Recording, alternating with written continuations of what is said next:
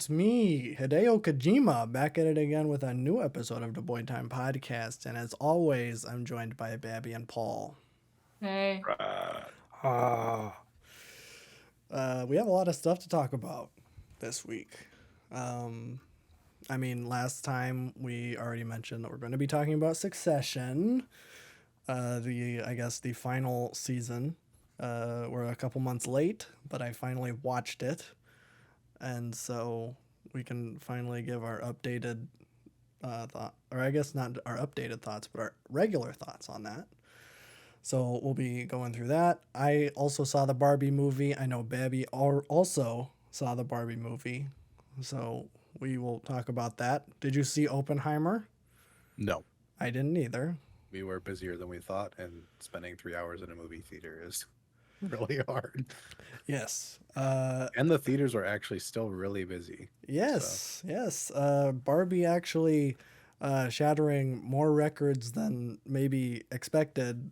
It has had the lowest second weekend drop of all time That's crazy. at 40%, which sounds like a lot, but considering that like Flash got like an 80% decrease in its second weekend, it's pretty dang good.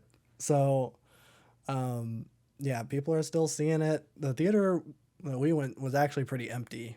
We went at like 8 p.m. on a Friday, I think, maybe. That's crazy. I don't We remember. went 8 p.m. on a Sunday, and it was completely full. Oh, well, we didn't go. Okay, so there's two Marcus theaters near me.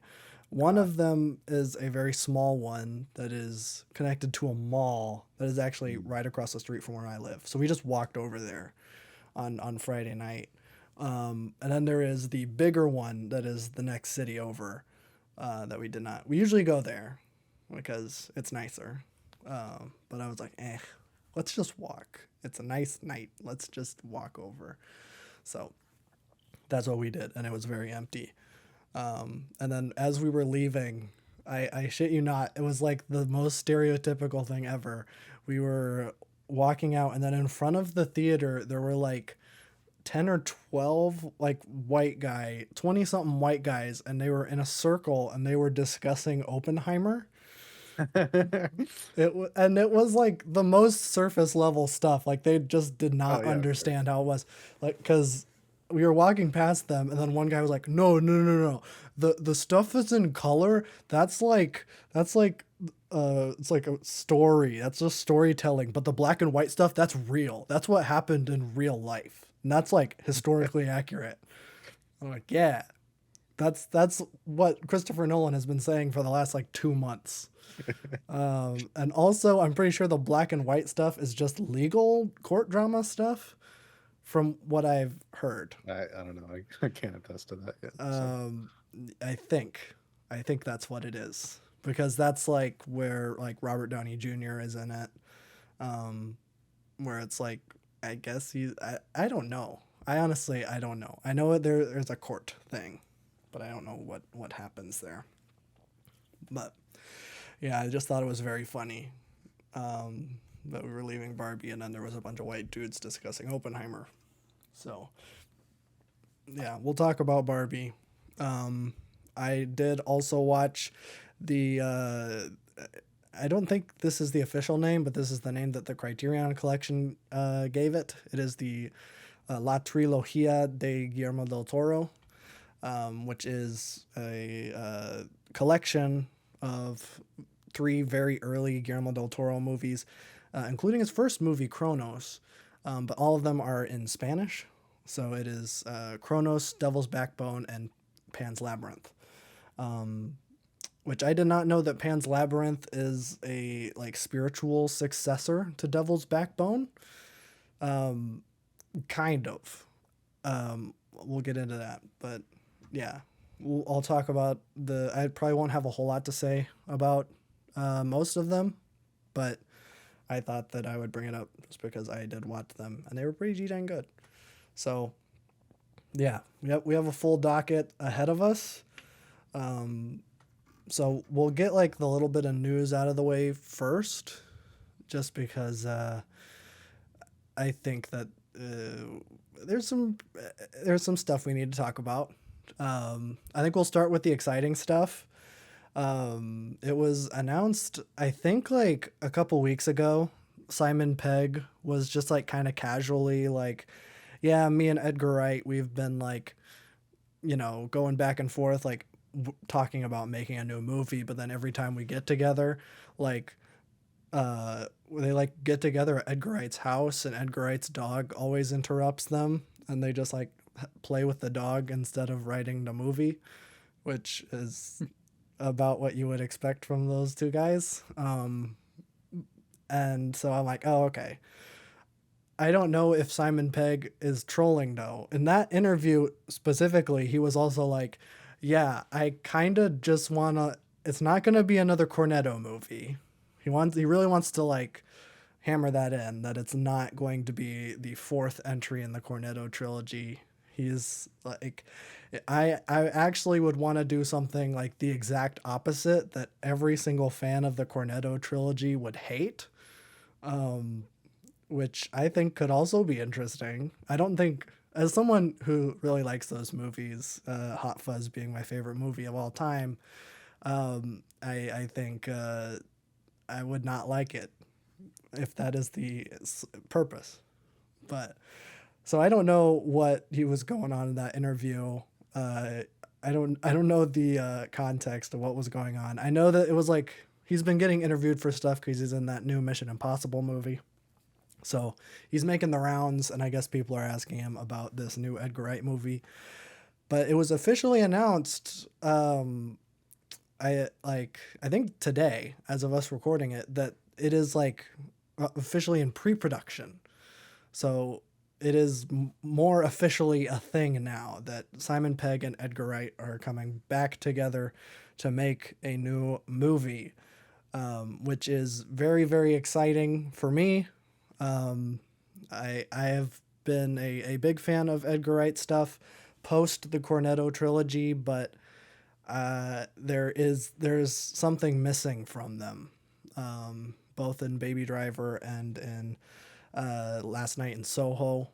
They're very good. They're very technically very well done movies, but I think the stories sometimes they lack a lot of like emotional connections with the characters. Like I'm not super attached to any of the characters in, especially Last Night in Soho. There's some interesting kind of things going on in Baby Driver that I think are pretty interesting, but none of the characters are quite as good as like Nicholas Angel from Hot Fuzz, or like Sean and I can't remember Nick Frost character in Shaun of the Dead, but those two's dynamic is very, very good in Shaun of the Dead. So hopefully now that these two guys are coming back together, that we're going to be getting some more super epic. I don't even know what it's going to be. Simon Pegg also said he's done with sci-fi, so I don't know. He also said that his favorite Cornetto movie is The World's End. So I don't know what's going on with him. He's just like he's thrown away his entire identity, and he's like I'm a new man. I've been hanging out with Tom Cruise for the last 10 years and now I'm a different person, which I would be too. Happens to the best of us. Yeah. Yeah. It's just like constantly dealing with Scientology bodyguards, and you can't Changes show a person. yeah. You can't show Tom Cruise a book of anything that is not approved by the church, in fear of losing their golden goose. So, yeah, I don't know. Exciting stuff, but I mean, this is very early in development. So, probably won't hear anything else from this for a couple years at best. Plus, all the strike stuff is still going on. So, yeah, it is early in the works, but they probably aren't going to start working on it yet. So, I did see that Edgar Wright has been, he was on the picket line for the WGA strikes earlier this week. He flew down to Los Angeles to be a part of that. So, yeah, Probably not working on the movie right now, but that's No. okay. That's okay. So yeah, let's talk about something a little more depressing. Um, Yay. Yay! Speaking of dumb Hollywood stuff, I I would have to imagine that this is inspired by the strike, but news from Paramount CEO Brian Robbins that they are officially moving away from releasing original animated movies in theaters and instead will solely focus on IPs. So, not that Paramount is known for animated stuff. Frankly, I don't know if I could name a Paramount animated movie besides the Peanuts one, like 4 or 5 years ago now. So expect more of those, I guess. But yeah, so we're not going to be getting anything original out of this studio for, I guess, the foreseeable future. They are just going to be making sequels and or spin-offs. The quote from Brian Robbins is, "We're not going to release an expensive original animated movie and just pray people will come." You're not supposed to say that. No, they've been out of pocket. They don't care Yeah. anymore. It's like that, I mean, yeah, like you could literally substitute that for like the all of the Disney live action remakes, and he just basically said the loud part out, or the quiet part out loud, where yeah. So it's very disappointing. I saw Del Toro retweeted that quote and just said "Dear Lord," because that basically just goes against everything he's been Yeah. campaigning for in animation. Uh, I thought I saw someone else talk about it, but I mean, suffice to say, this is not good. But again, I can't imagine that this is not somehow connected to all the strike stuff. If you can't get writers that are capable of making good original things, then maybe getting some scabs that can cobble together a sequel or something that already exists. Make a Sherlock Gnomes 2. Is that Paramount? I couldn't tell you. I need to see what they have made. Wait, okay. This is very. Wait, let me. This is not a good list. Okay. Oh, this is not good. Um. Oh wait. Okay. Okay. We're good. So I thought that they were owned by DreamWorks, and that is not true. Um, so DreamWorks was owned by them from 2006 to 2012, and now they are owned by Universal. So that is not. Um, it's not going to impact DreamWorks. Although the only thing I'm excited for DreamWorks is that Shrek thing, made by the guy who made Puss in Boots. That's really the only thing to look forward to there. Um, but yeah, Paramount Animation. What have they made? Uh, the Sonic the Hedgehog. That doesn't count. That's not an animated movie. Kind of it Great is. track record. Okay, okay. So they did make Sherlock Gnomes. I was correct. Um, they also obviously make all of the Nickelodeon movies, so all the SpongeBob movies. They made Paw Patrol the movie, so Awesome. Nice. pretty good. That's a hard hitter right there. It's pretty good, yeah. They also count Bumblebee as an animated. None of these are animated. Wikipedia, this is terrible. Transformers is not an animated movie. Transformers: Rise of the Beasts. This is Marky Mark still in that one? I don't know. Who's in these movies anymore? It's not Shia LaBeouf Shia. was, and then they changed it to Marky Mark, and now I don't know. According to Wikipedia, Anthony Ramos is is the lead in it. Who? What have I seen this man in? He looks very familiar. Oh, he was in Hamilton. Ew. That's so weird. Okay. Um, all right. Well, maybe this won't impact as much as I thought it would, but still, it's kind of weird that they're just like. Maybe their platform is just making cheap garbage movies, and that's what they're doing. I mean, it looks like they're already just making IP movies. Like, Yeah, which is already cheap garbage. So I'm looking at the last like 10. They have Teenage Mutant Ninja Turtles. That's the new one coming out soon. Tomorrow, as of us recording this, actually. Then Transformers Paws of Fury. I don't know what that is. It's a loose remake of the 1974 live action film Blazing Saddles? what? What the hell? Wait. It stars Michael Cera, Ricky Gervais, and Mel Brooks himself is in this? And what? I've never even heard of this. And this came out last year. Okay. Well then I guess that's technically IP if it's a remake of Blazing Saddles. And Sonic, and then Clifford the Big Red Dog, Paw Patrol, Sonic 1, Dora and the Lost City of Gold. Yeah. Wow, okay. So yeah. So I hope that other studios don't see this and see this as a good move. Which I would honestly be pretty surprised by, just because of how big Spider-Verse and, surprisingly enough, Elemental was.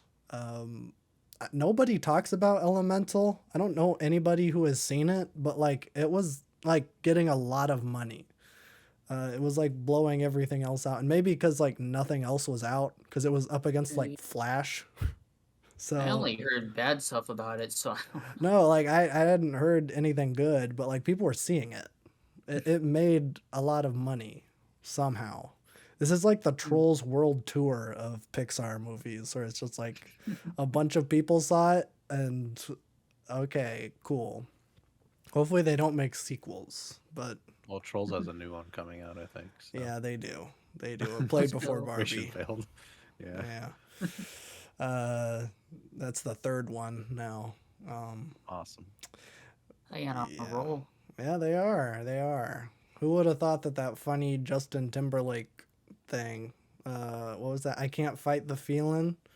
That was from the first Trolls movie. Oh yeah. Remember that song? I do. So good. Yes. Justin So Timberlake is probably my favorite artist of all time. True. Even better than Pablo Picasso. But I think that's it. That's it for news.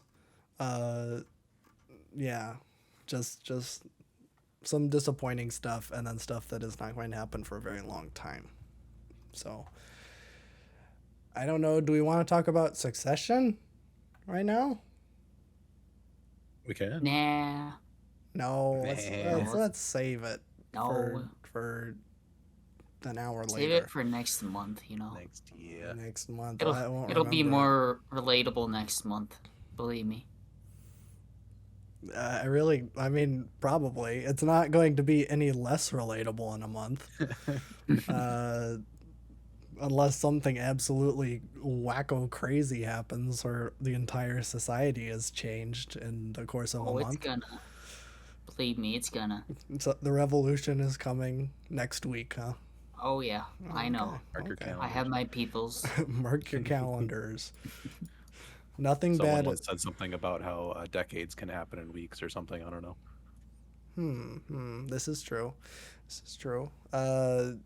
But yeah, so Succession, wildly popular show that ended a couple months ago. I finally saw it, and so we can finally talk about it.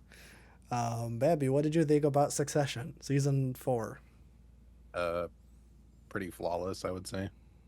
Yeah, One of the best TV shows ever made. I think it stuck the landing. it for did. sure. It did. It takes a lot for me to like keep up with a weekly TV show as it comes out, but as soon as I started watching season 4, I had to do it like the day of every week. which is very rare. I don't Yeah, do that for much. me neither. Obviously, because I didn't watch it weekly, because I'm bad. I, I I think I was just kind of overwhelmed when the show came out. There was a Th- lot happening. this show and Barry and Ted Lasso, I think we're all releasing episodes weekly at that point. And instead of watching one and sticking to it, I watched none of them because I was too scared. And so just over time, I'm just going to eventually go back and watch all of them because they're all their last seasons too. So the last season of Succession, last season of Barry, last season of Ted Lasso, and True. all at once. And so I was just like, this is a lot. Um, and so yeah, I finally watched it. I watched it on my vacation. Very enjoyable way to spend my trip was watching this show. Luckily, I did not watch. Did I watch the election episode? The election episode made me very angry. Um, just So because, good. just because it brought me back to that point. That like 2020 election was so miserable. Those like couple of days where it took so long, and I just remembered it, like I had it pulled up on like my laptop. Like I don't remember what it was, if it was NPR or New York Times or whatever.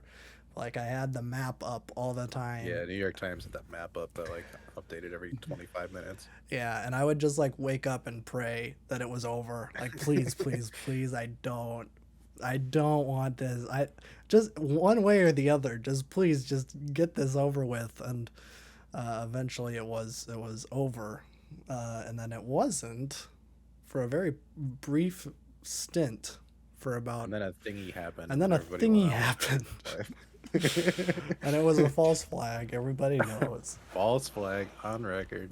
Which that was the part that was like so infuriating. Where it's like I would say like for the majority of the show, even though Roman was like the bad guy, not the bad guy, but like One of the many bad guys. one of the many bad guys, like he was the most likable, I would say. Oh, I hated his guts. Well, I just look, I think maybe where that's coming from is I like Kieran Culkin a Well, lot. Kieran Culkin did amazing. Yes, he is very, So very charismatic. he's a and character you funny. love to hate, and Yes. that's the best part about it. Yes. Except like those last like couple of episodes, I'm like, oh my, I hate this guy. He Hmm. is the absolute worst. Um, and yeah, that episode in particular is quite a cornerstone episode in that. Um, so I guess Spoilers. spoilers. We kind of You have know already this was gotten into coming. it. Yeah, but it's vague enough. You don't know what's happening yet. Yeah. If Paul So can't figure out what's happening yet, we're good. okay, perfect. What's happening? Exactly. Exactly. So we're okay.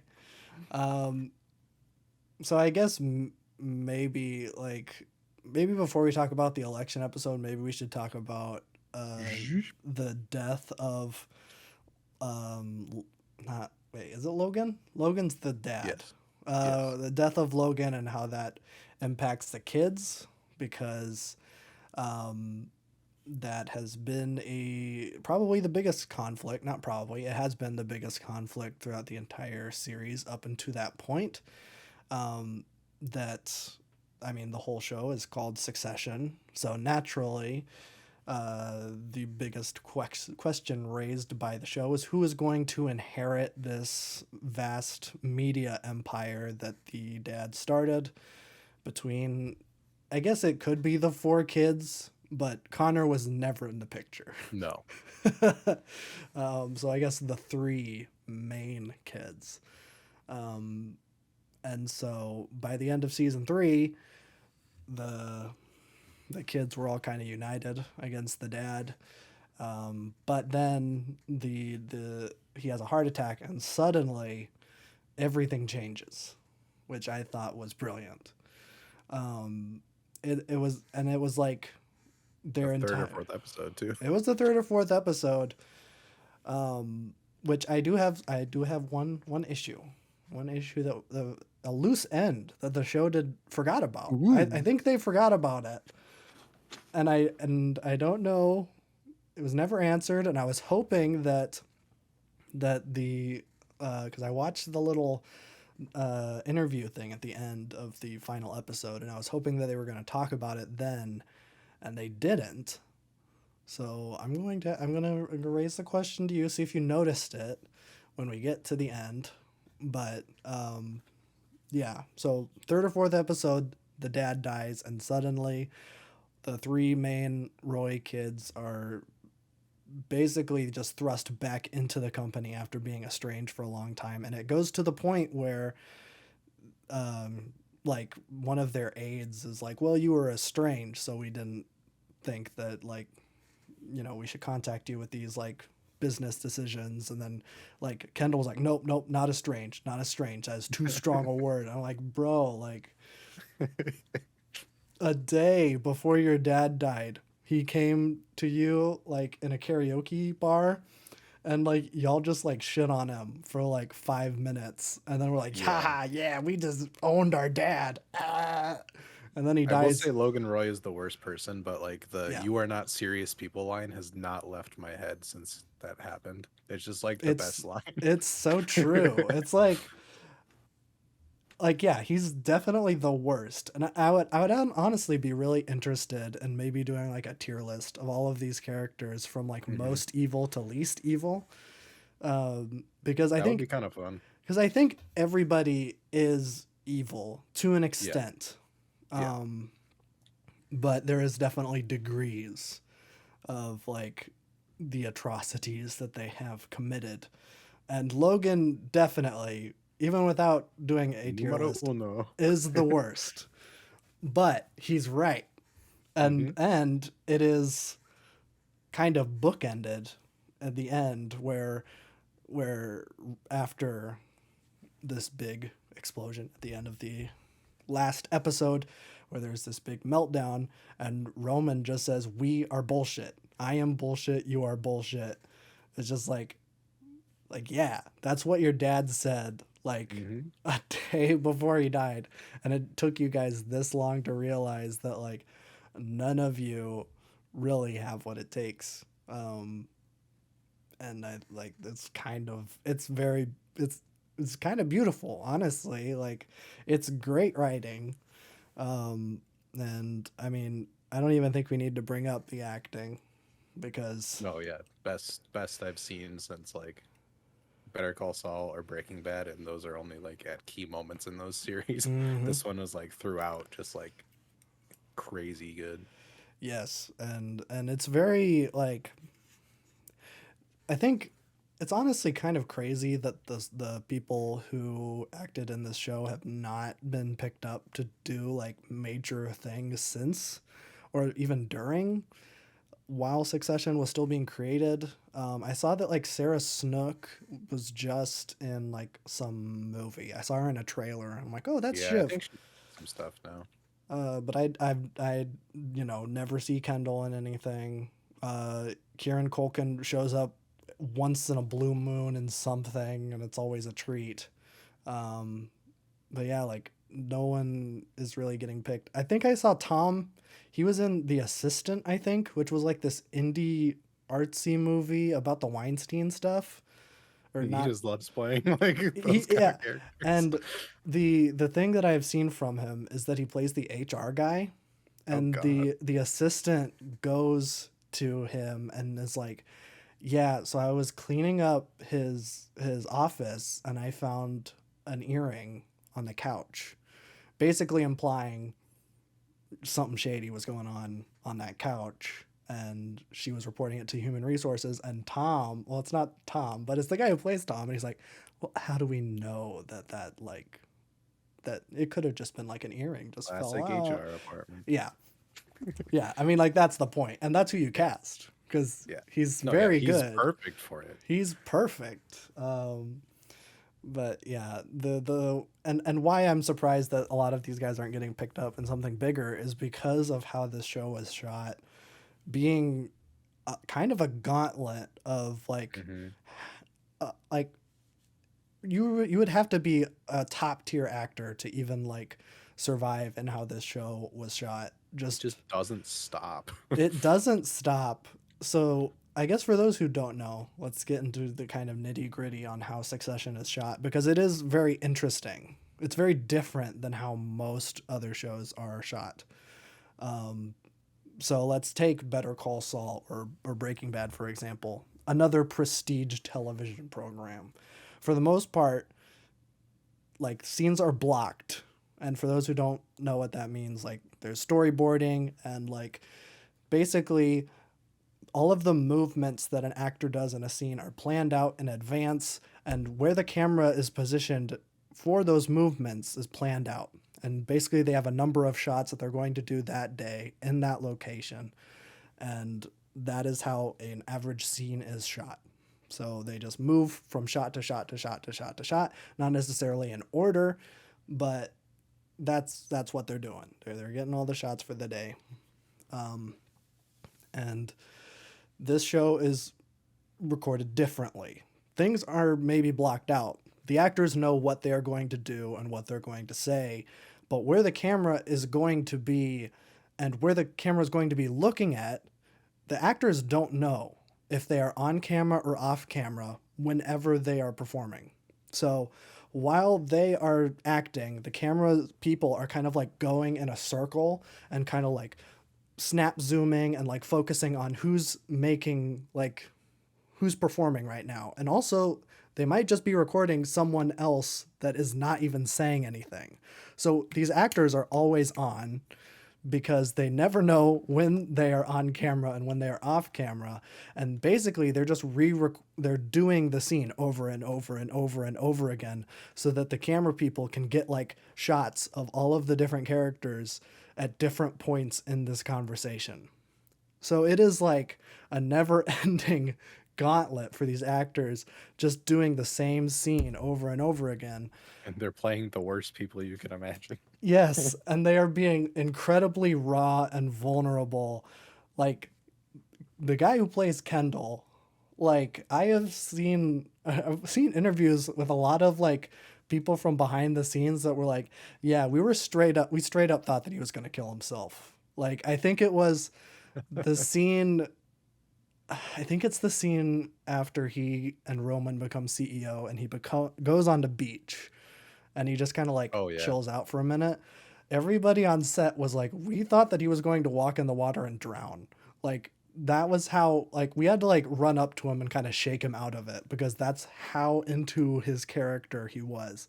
And that I mean that just kind of speaks to how like weirdly into acting this guy is. But that's kind of how you have to operate in this show. You have to be super in and you have to shut everything else out because everything going on outside of the scene that you're in is absolutely crazy bonkers. So, yeah. And, you know, that does not end ever in the show. I don't think there is a traditionally blocked shot in the show. Not that I noticed, but also I was not really focusing on it, honestly. It's not one of those things where like, oh, well, you know, there's a little bit of downtime. This is a boring kind of conversation, so I can kind of focus on the filmmaking. No, it is just the conversations and the writing is so good and you're hooked. So it's like I'm like drawn into this story so much that I'm not even focusing on what's going on around it. Which kind of makes me want to rewatch the whole thing because Yeah, I need to rewatch it because like going into season 4, there was no hand holding on what was no. happening, and I was lost for 2 episodes. Yes, yes. Me too. I remember there was some sort of deal. I remember that Tom betrayed the kids in some way, but that was it. Like, I don't know. I remember that all the kids were going to be together and kind of united against the dad. And that was Yes. pretty much it. Um, so, yeah. I don't even know what else specifically we need to talk about. I mean, we can talk about the election episode, I guess. It's a I pretty mean, big there's like episode. so many like pivotal episodes in this season. It's kind of crazy that they're all like next to each other. Where Yes. it's like the death episode, and then you have the election episode, and then the Mm-hmm. funeral episode. Mm-hmm. It's like all of those ones are like 10 out of 10, 100%, like insanely good. Yes. Yes, I believe when Connor's wedding came out, it was made. I think I don't remember if it was the highest rated episode on IMDb. I don't know if it beat Ozymandias. I'm not sure. Because that was the highest rated thing. Um, so I'm not sure, but I remember like that one was kind of people were talking about it. There was a lot of buzz, and I'm like, "What's going on?" And then I didn't know what was going on for 2 months, so I finally know what was going on. It was hard not to talk about that episode after I saw it too. So Yeah, I know. I'm sorry. I'm not good at watching television. me neither. But I guess we can talk about the election episode. It's a big episode. It made me very angry, which I guess is the point. Because the whole thing, whole conflict, is basically the election. Something that the American public in real life. This huge event, and it seems like a lot of people think that it is very, very important, that it's going to impact their lives, and if the wrong person wins, it is the end of the world. For the people in Succession, it is more or less inconsequential, except for the fact that they don't want this deal to go through. They don't want their company to be bought out by the Swede. So they basically have aligned themselves with, it's kind of it's an allegory for Trump, but more so just radical right politics.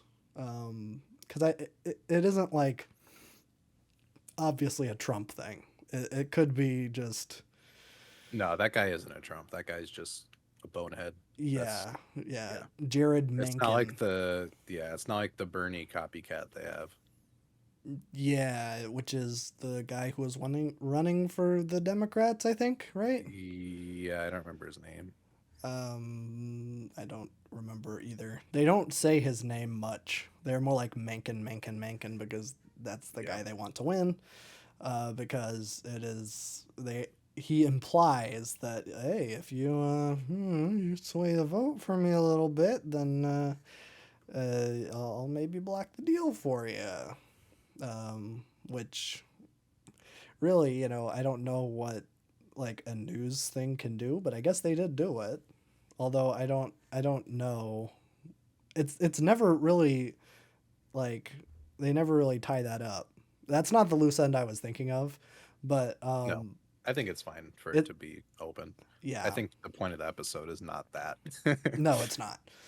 Um yeah, but that is like the thing. The big conflict of that episode is, okay, well, Roman really wants Mencken to win, because he's a little like alt right menace, but Shiv wants Bernie Man to win because she, I guess, campaigned. That was like her thing before she I guess got into her dad's business, was that she was a like campaign manager for some Democratic candidates, kind of just to spit in her dad's face, because that is what this whole show is about. But she wants him to win, and then Kendall throughout the show kind of switches back and forth. I think, and that's kind of the perspective that we follow throughout the whole thing, because the episodes. I'll do a commie breakdown of this after you finish explaining. Okay. I don't want to go through everything, but I think this is important. Oh yeah, but I have Yeah,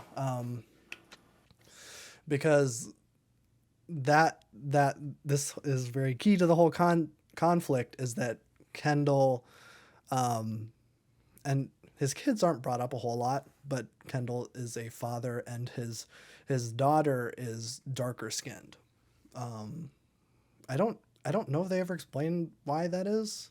Like, because Rava, his ex-wife, is not darker skinned. So I'm not sure if it is a like daughter from a previous relationship or something, but whatever.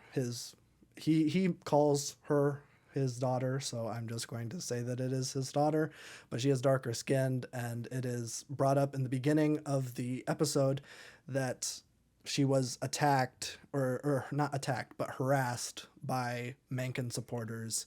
And so then his ex-wife's like, hey, can you calm her down? Can you say that this other guy is going to win? Because there's no way that Mencken is going to win, which is, obviously an allegory for, I guess, everybody's views in 2016. But yeah, so so Kendall starts off being like, okay, well, we need this other guy to win because my daughter. But then Roman's like, well, this is going to, if we get Mencken to win, then he is going to block the deal. And so this is an important emotional crossroads for Kendall in that, is he going to take the right route and support the candidate that is not bolstering Nazis to attack his daughter, or is he going to support the candidate that is going to give him more power within his company?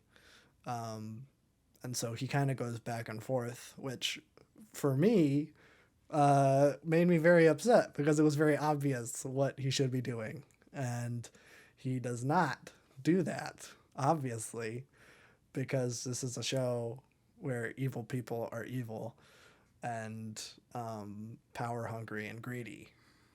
So when it eventually comes out that, like, I think the thing that comes out is that Shiv is talking to the Swede and that she's working behind their backs to get more power for herself. I think that's when that comes out, is in that election episode.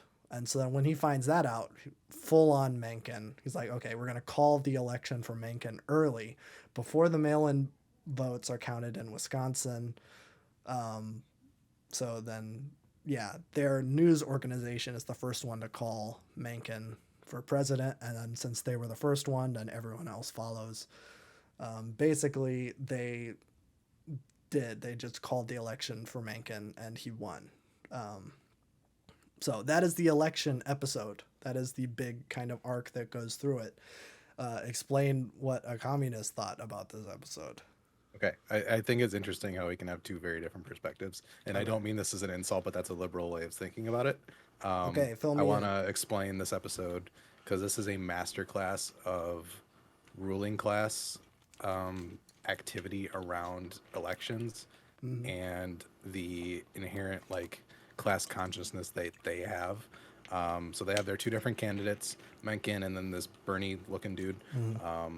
So basically the crux of the episode is like them hemming and hawing between like there's these two candidates. Obviously Mencken was going to be the one they end up supporting because capital will always lead them toward fascism because it protects their corporate interests. And it's explained incredibly well through like the emotional things with Kendall and all that.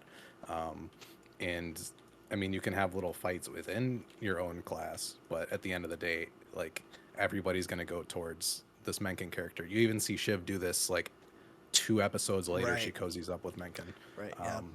Because even though she's going against her brother, she still has her best interests in mind, which still align with the broader class. So it's interesting to see that because it was just like, this is something you never see in television. Right. It's so strange because like you can see how they move as a unit. You can see Tom throughout this whole thing like trying to get the better end out of this deal, even though he's messing up. And like, I mean, at the end of the day, we know how Tom kind of gets out of this. Well, yeah. He kind of By the end of this show, yes. by the end of the show, yes. Which I mean is brilliant. I hate Tom. I've always hated Tom. He's like the worst character to You me. have. Yes, but like at the end, it makes complete sense for him to be, you know, the one that gets it because he bent over backwards for literally everybody. He had no spine across the whole show. Yes. But the election episode is just like a fantastic breakdown of that. And it's interesting because like, I mean, I don't think this show is communist. It just plays with class in a way that you're not used to seeing in modern or like just mainstream TV. Yes. but it's interesting to see like their little petty debates between candidates in the room, and how like working class people would talk about it, or 99% of the population, which literally doesn't matter for them because this does not affect them. It's literally the bottom line for them. Right. I mean, even well, the way they set this up is it sounded like if the Bernie guy won, you know, obviously they'd be taxed more, and they don't want that. In reality, that wouldn't be what happened. They were even talking about how they could get him to like Yeah. Yeah. still work for them throughout the episode. Um, and you just see like the incompetence like through every single realm in this episode too. But Mm-hmm. the whole Tom and Greg thing with the cocaine and everything, just like it was just a madhouse. But you see how like shaky of an institution it is, Yeah. because like again, one media outlet calls it, they're the first to get on it. All these other media outlets want to be on it as well. So it just shows the shakiness of it. It shows how lobbying, corporate interests, big companies can all play into it, and how like one of the biggest companies in the world in this show is connected to so many different things like media, Right. whether that's TV, print, movies, TV. They have all this influence to sway this, where they can make it very convincing for people that don't know. Yeah. I think the whole show in general does a fantastic job of showing like the discontent that the ruling class has for it, because they have so many little different levers of power in every single different institution. Like, I mean, Kendall killed the guy, and that never had any consequence. Roman No. blow up a rocket, no consequence. Like, you can just see all of that. So Oh yeah, he did do that. yeah, I forgot about that until they brought it up in like the last episode or whatever. But Oh yeah. yeah, so absolutely phenomenal in that episode. Yeah, I mean, great. Yeah. I forgot that he blew up a rocket. I don't Mm-hmm. even remember them bringing it up. I don't. I thought it was like a side comment. It wasn't like they didn't specifically like talk about it. Yeah. Or they, because then like one guy loses his hand or something in it. Isn't that what happened? I don't remember. I I thought there don't. was I don't something remember in there this at about bringing all. that up. But I mean, it It was like probably season 1 or happened. 2. I don't remember. Oh, okay. So, yeah. Okay. I remember that this happened, but I don't remember Remember them any of the bringing it up. specifics. This is Yeah. why I need to rewatch the show. I also haven't seen season 4 in like 3 months, so I'm a little cloudy. Well, yeah, but you're still getting a lot of the specifics, which is impressive. I needed a refresher. Yeah. I think when you explained it, I'm like, oh, I remember all this now. Right. Right.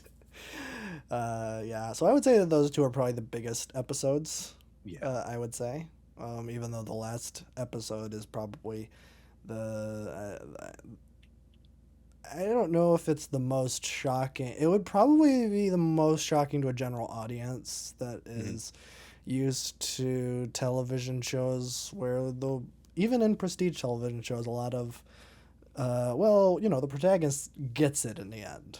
Even something like Breaking Bad, where Walt does die in the end, he kind of gets what he wanted. Like he wanted revenge on these Nazis, and I think I don't know, you know, we can talk about the end of Breaking Bad all He was day. done.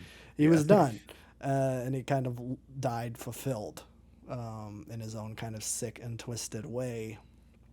The protagonist won, kind of.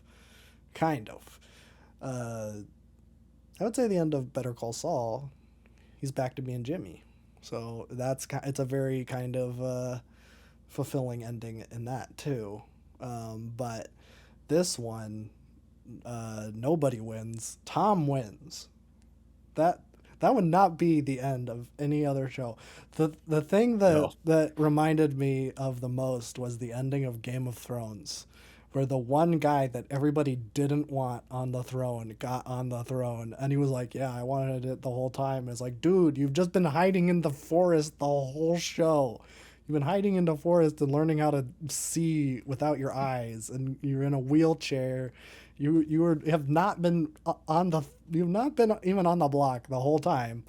Tom, you know, I never viewed him as even like a potential, because I'm like, this guy just doesn't have it. Like you look at Logan, and he has it. He can like command a room, and everybody listens to him. Nobody cares for or respects Tom at all. So like I don't know, but in the context of that the Swede needs an American CEO to appease Mencken so that the deal will go through.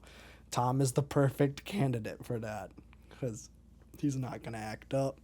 He's And not he's gonna, default white guy. and he's default white guy.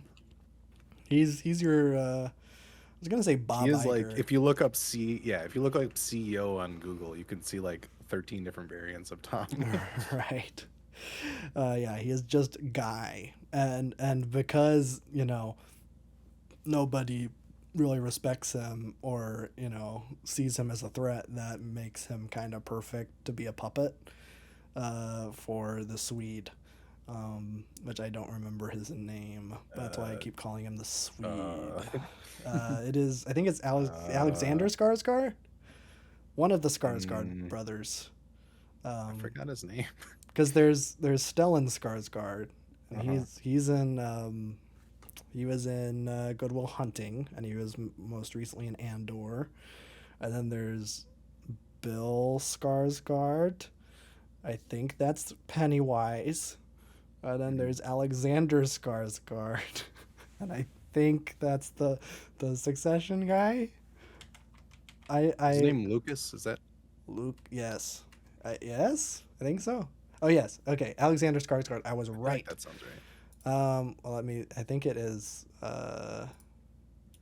Come on, Succession cast. Let me see this man. There's too many white people.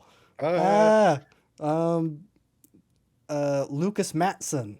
yes. That's it. Yes, good memory on that. I suck at remembering all these people's names, especially since like all of them are like Frank. Yeah, they're just like default.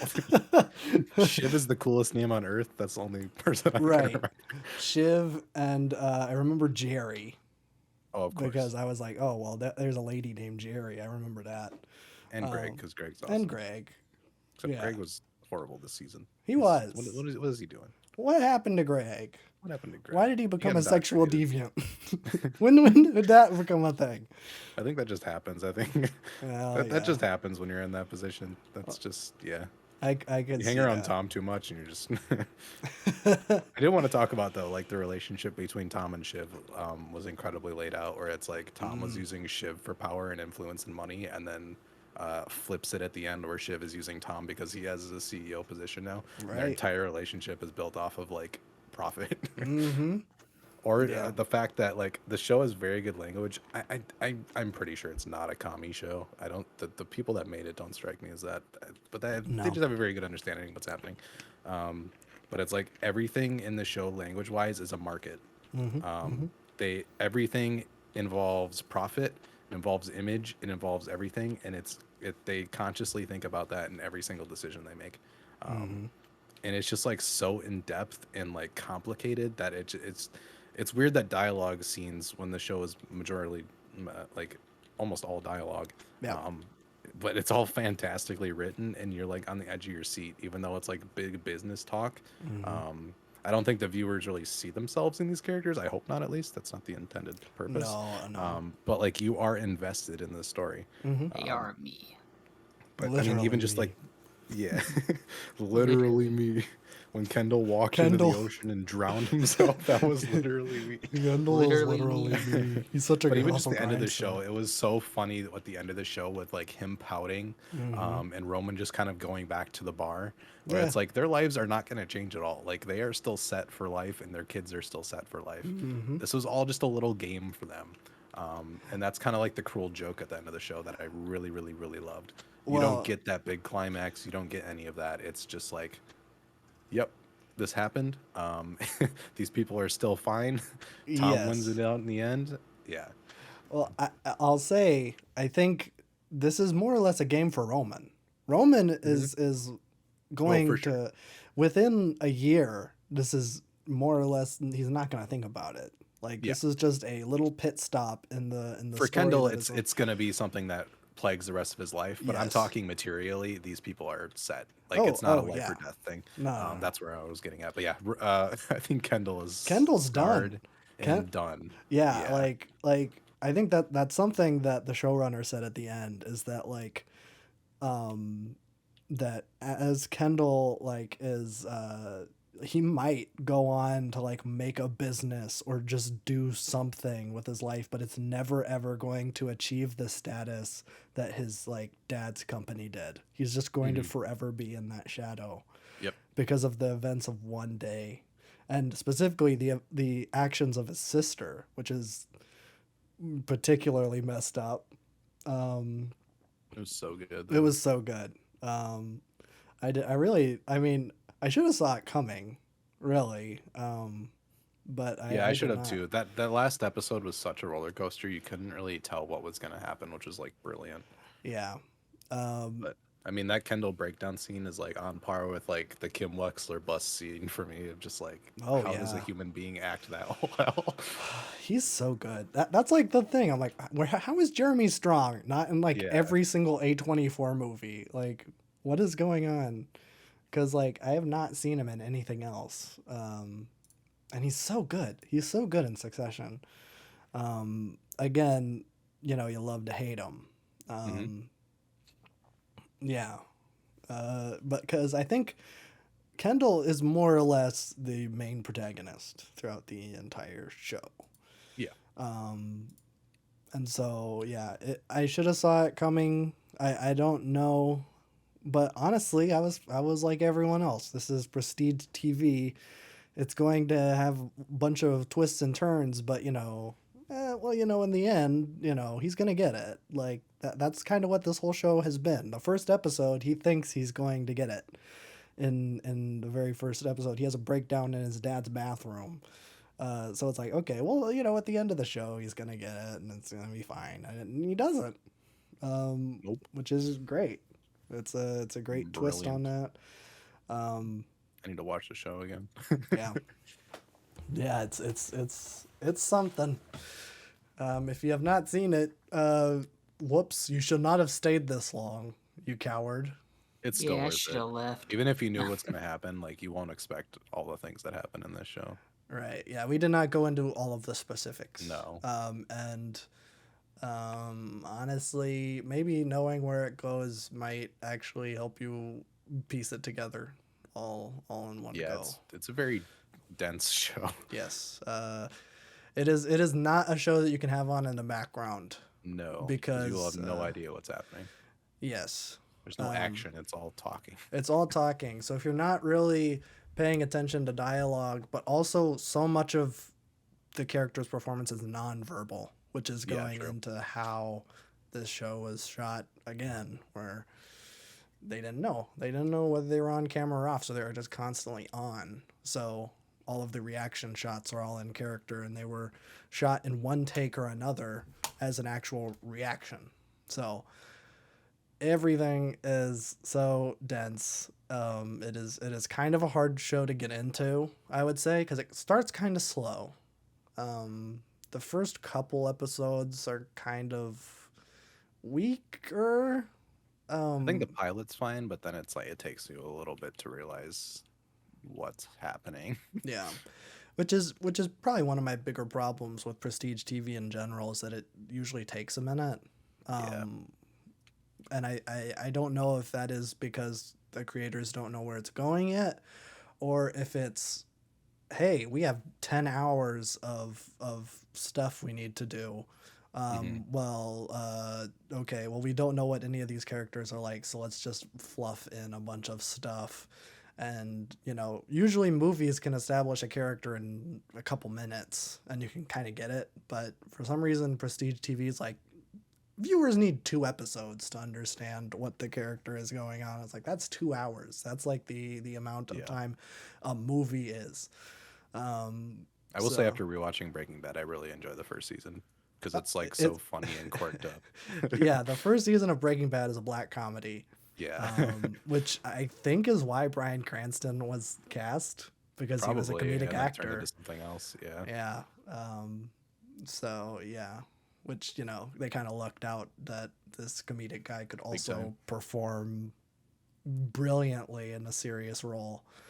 Um, but yeah, this is I would say it's not a comedy, but there is a lot of funny elements in it. hmm in succession. So yeah, I don't know. But Yeah. do you know the loose end I'm going to bring up that they I did not talk probably about? don't know. Okay, okay. I know big story beats, but like the rest is kind of fuzzy to me until like someone brings it up. Then I'm like, oh, It's a big story beat. It okay, was one okay. of the main conflicts in the first couple Was a big episodes that they never resolved. Ah, Or at least I don't know if they ever did. I don't remember that they did. So if I am wrong, feel free to correct me. But I think because the first couple of episodes are the kids and Logan competing on who's going to get Pierce, the CNN stand-in. It's like oh yeah. P and so, I don't remember what it is, but they're The trying to person get who's like really bad at newscasting. yes, Okay. yeah, basic. No. That's Carrie. Oh, okay. That's his assistant that wants to be an anchor, but they're doing trying to get a deal to acquire CNN essentially, and they're going Oh, back okay. and forth, and they're like, and the kids end up getting it, and like they get a call from the dad, and he's like, "Congratulations, you said the biggest number. Fuck off." Oh, yeah, I remember that. And the kids are like, "Ha ha, we did it. We screwed over dad." And then they do the Gangnam Style dance or whatever. It's hilarious. Yeah, it's very funny. Um, what happened? Do they still get that? They never. Once the dad dies, nobody talks about that ever again. Yeah, that's interesting. Is that just a thing to be like, haha, we screwed over dad right It before he most likely it died? was, since nobody like, Nobody because I think they brings it do up. talk about it in like the episode after he died. I think there was Yeah. some conversation or something between them when they were just like, we screwed him Yes. over, and then he died on a plane, and that's like the last There memory he has. there is a scene where they talk about it right after he dies. It is when Yeah. they're at the Logan's like apartment or whatever, his penthouse at his wake, and they find a piece of paper where Logan said he wanted Kendall to take over, and then he crossed it out. Mhm. And Shiv says, "Well, why do you want that? Like we're doing our own thing. We got Pierce. Like we can just go back and do that. Why do you want to do this?" He's like, "Yo, you don't understand. Like dad wanted me to do it." Oh. So they bring it up there. It's like, hey, we have our own thing. Like, why do you want to go back and do dad's thing? And it's like, okay, yeah, that makes sense. Like, I understand the Mhm. narrative device of it, but at the end, like, Kendall's devastated, like he has nothing. But I'm like, you just acquired this giant media Because conglomerate. he's a baby. I know he's a baby, but like, you're sitting here pouting that you lost Fox News, but you just got CNN. Yeah. Like, Yeah. okay. Um, Yeah, I'm not sure. I don't know. And I was really hoping that they were going to bring it up and be like, yeah, Kendall still has Pierce, but like he's pissed. And he's just like, no, Kendall has nothing. He might eventually do something. Like he has something. Yeah, it feels like they just used that as something to get the season going, Yeah. just to like build some kind of tension before the big like kickoff of it. Yeah. Yeah, I don't know. I'd have to rewatch and see.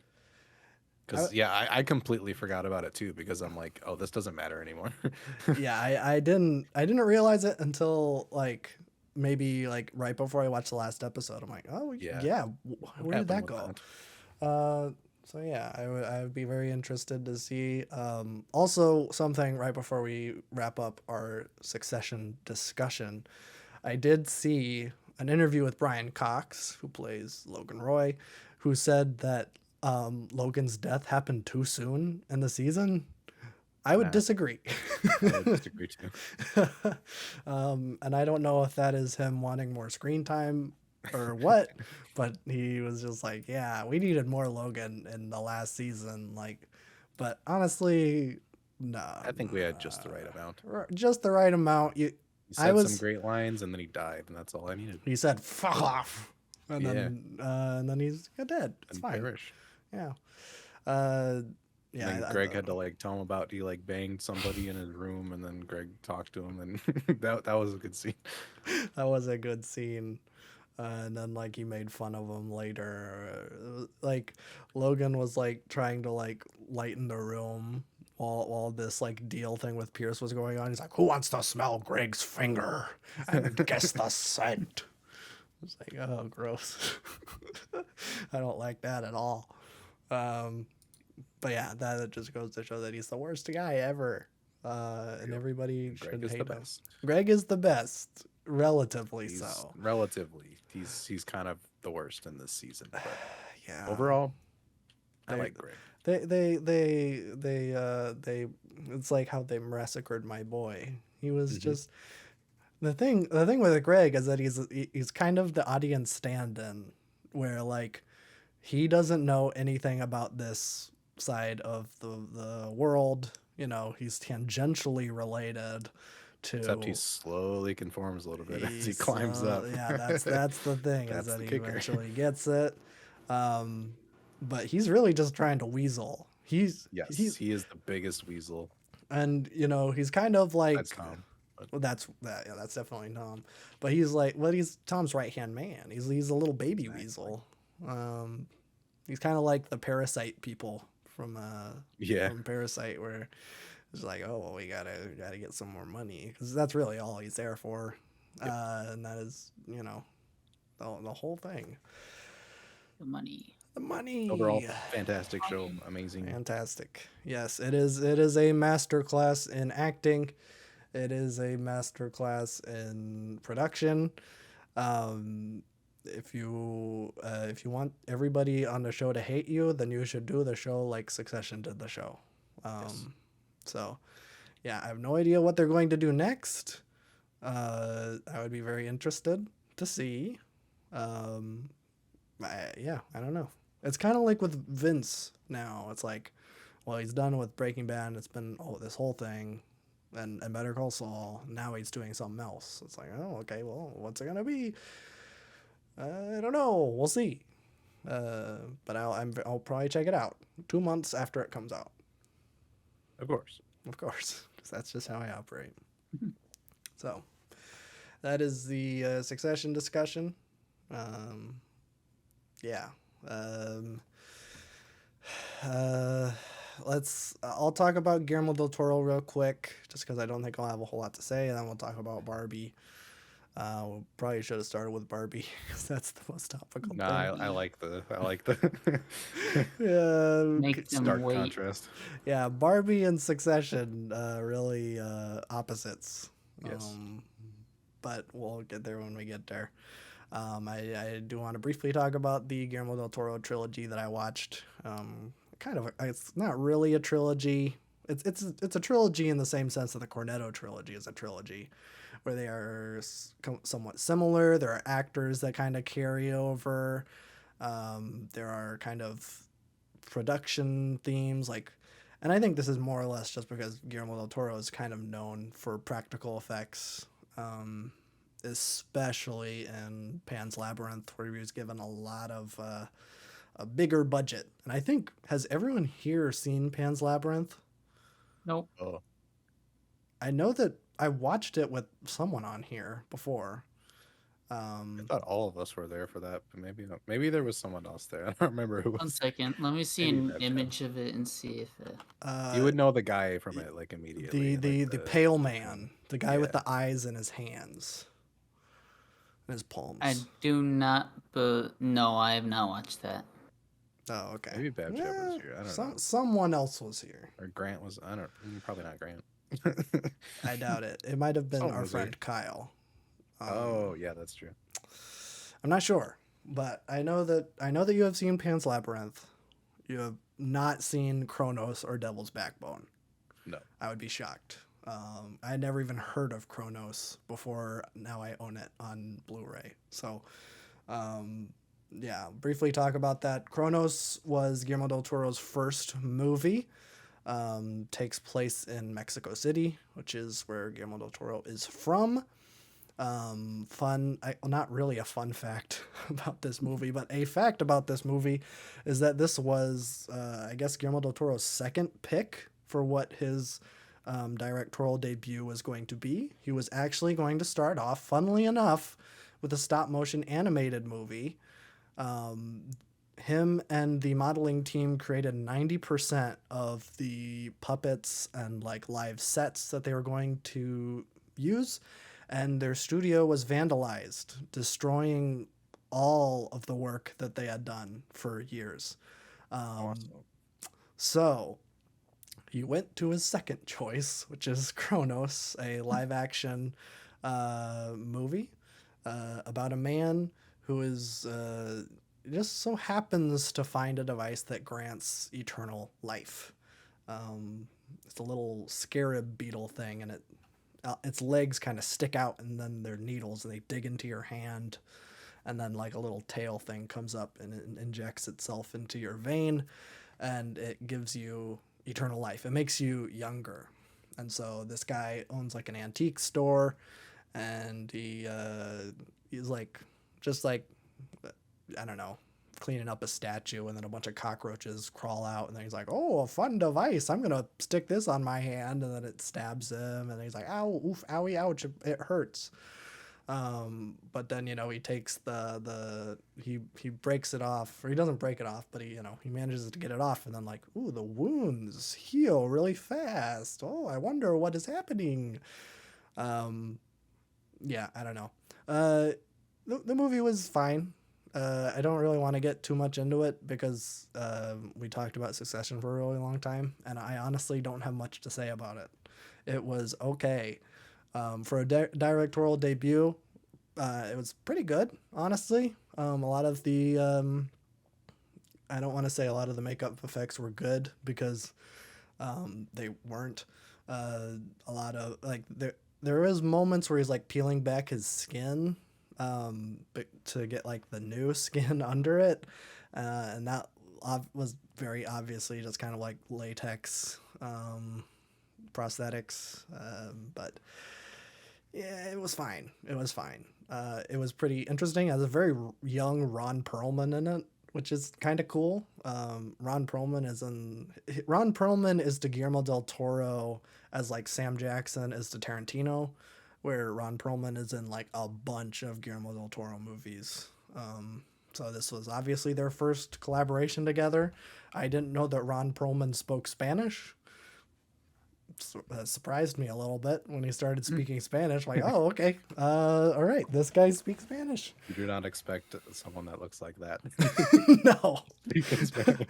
It was also weird to see him young. Like Yeah. this guy should just be 55 forever. Forever. Yeah. Kind of like Morgan Freeman. It's like this guy is just 80 forever. But yeah, he went back and forth between speaking English and Spanish, which I'm going to kind of complain about the Criterion edition of this movie because I am someone who is hearing impaired. I know I don't talk about it a lot, but it is true. And I need subtitles. And for some reason, when I turned subtitles on the Criterion release of Kronos, the subtitles were only on when they were speaking Spanish. So when they switch back to English, there are no subtitles. I feel like that's the thing that needs to be made when you do that. I felt like that's a requirement. It should be. I had to double check. I turned the subtitles off and turned them back on, and they were still not on for the English parts. So I had a hard time listening. I had to like turn my hearing aids all the way up. I had to blast the volume a little bit. I had to apologize to my neighbors. I didn't actually do that, but theoretically I should have. So yeah, like what is up with that? The other two movies did not switch between English and Spanish. Theoretically, they probably would have done the same thing, honestly. So yeah, I mean, this is a 2014 release of this movie. I don't know. I know everybody does subtitles now. Like it is the popular thing. This audio mixing so garbage. No, that's true. It's always bass heavy for theaters. Yeah, that is actually a really good point. I just know that Zoomers for some reason really like subtitles. I can't watch TV without subtitles. Max TV app has like gotten rid of subtitles on accident for like the past 4 days. Like I can't get the subtitles to work. Oh no. How do you accidentally get rid of subtitles? How do you Well, it's like accidentally I turn rage? it on and they just don't Oh, show up. I think for a couple of days they were like 5 seconds ahead, or at least like 10 seconds ahead, probably, and then they just disappeared. How do you mess that up? I don't know. It's a great app. It is. So well, I guess if you're someone like me who is, or someone who just needs subtitles, I don't know. Maybe try to watch Chronos somewhere else if you're interested in seeing the first Guillermo del Toro movie. And I don't know. I don't even know if it's on anything. I just got the case. I got the Criterion release because the case is so cool. I'm like, oh, this is sick. And there was a Criterion sale at Barnes and Noble, I think. And I'm like, well, I'm gonna get Wally. So God, I got the Wally one, and I'm like, ooh, Guillermo del Toro, I like that guy. I'll get a box set of his stuff. Um, and it was just all the Spanish ones. So, yeah. So I watched all of them. I watched Pan's Labyrinth with the director's commentary, which I probably won't have a lot to say. But I'll talk about Devil's do they Backbone. just go scary monster? No, it was actually really interesting. It was ooh, I don't remember when. I think it was like 2013 or something he recorded it. It was like it was a younger Guillermo del Toro before he was burned by, well, I don't want to say he was burned by the studio because he was already, and this is an interesting story I found out. So in 2009, so right as like the post production for Pan's Labyrinth was going on, Guillermo del Toro's dad was kidnapped, uh, and was like made a hostage for the I don't know what their demands were. I guess it was just a bunch of money, which is weird because Guillermo del Toro was not a big name director. I guess this was maybe just incidental, but he, he did not have the money to give to the hostage people, and for some reason.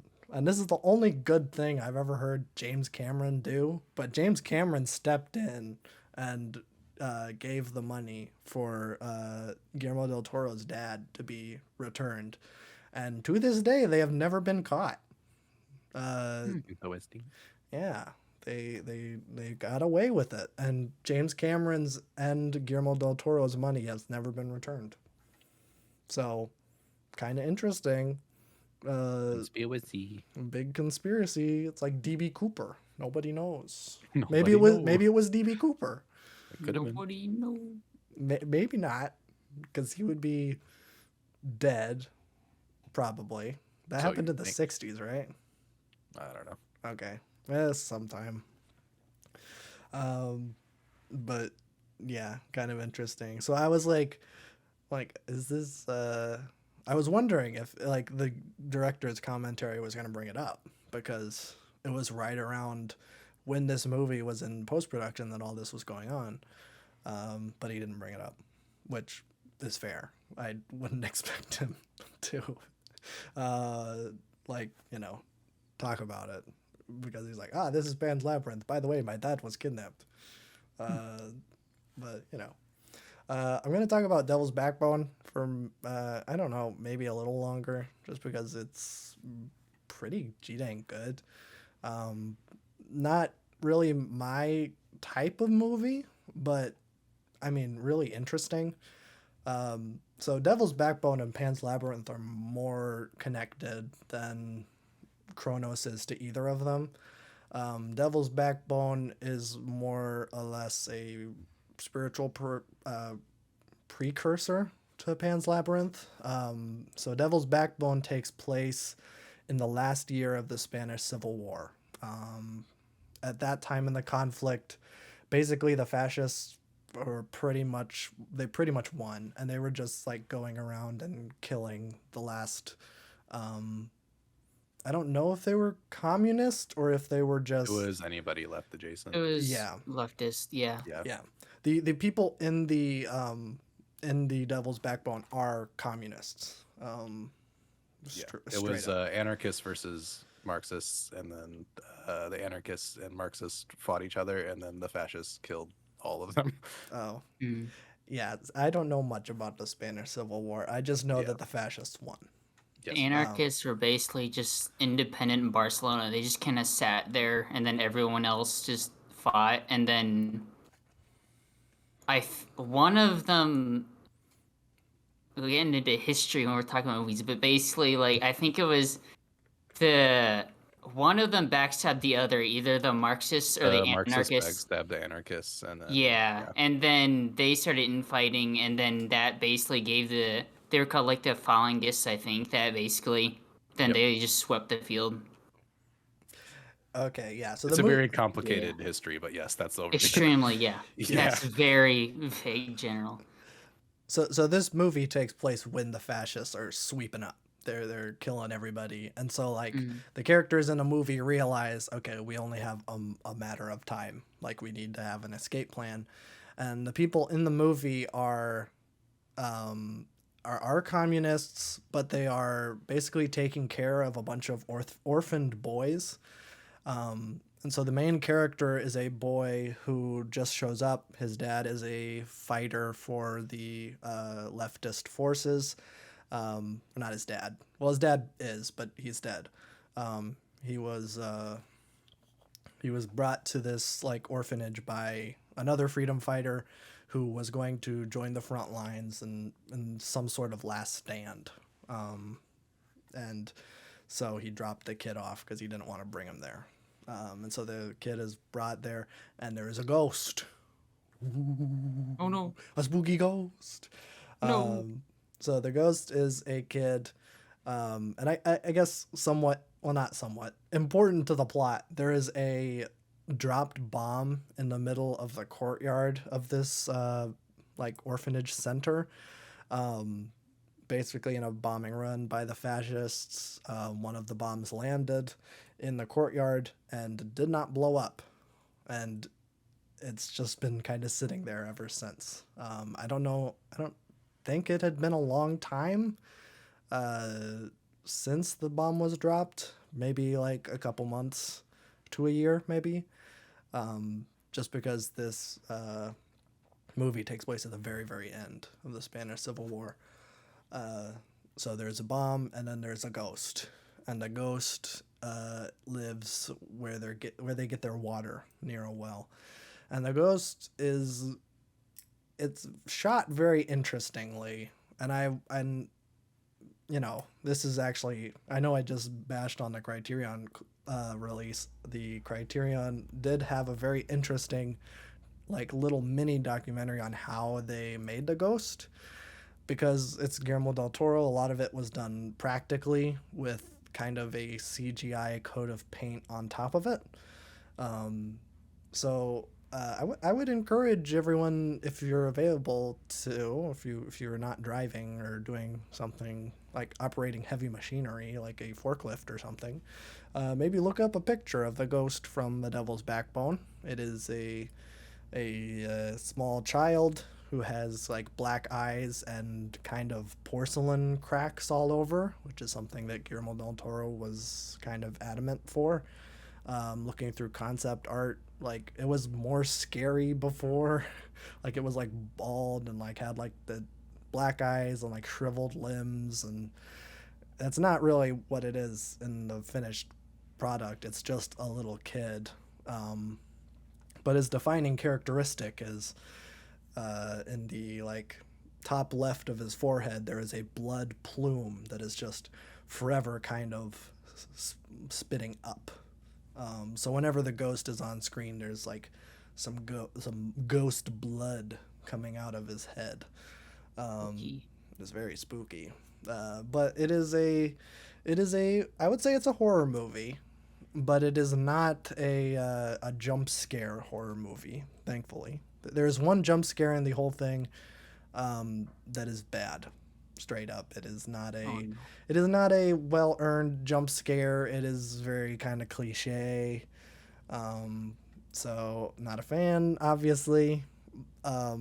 Which is unfortunate, because listening to how Guillermo del Toro talked about the design of the ghosts, it kind of goes against what he was trying to do, where yes, it's a ghost, but like, and it's kind of scary looking, but by the end of the movie, he really wanted you to feel pity for it and like, um, understand why it, you know, stuck around and why it has this unfinished business that needs fixing. And so it is very kind of uh, so it's kind of lame that you just kind of like throw in this jump scare with the ghost, and it's like, well, if you want to have me feel pity for the ghost, then maybe don't have me like scared every time it's on screen, you know? Because I don't know if it's gonna do that again.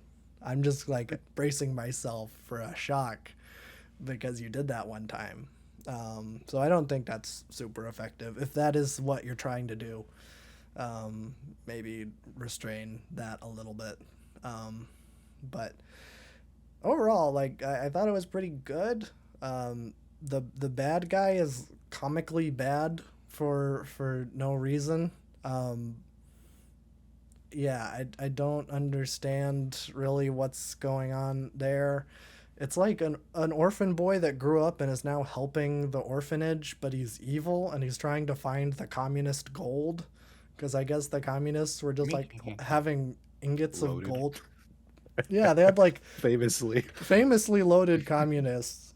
They had just like 20 ingots of gold just chilling. They're like, this is for the war, which is pretty much over, but we still have 20 ingots, which I feel like you should be able to get a lot of food for 20 ingots of gold. But maybe that's today's standards. I don't know. Like gold back then will be worth more. No, that's true. I don't know. I don't know anything about gold. What do I look like? A jeweler? Gold. Do I look like Spanish Jared? Civil War? Jared went on a business, I think, so Oh, it did. maybe you are like Jared. Maybe. Well, yeah. Maybe. So he's trying to get the communist gold. And he also like kills a bunch of kids in the movie, and I'm like, whoa, is this? He's like too evil.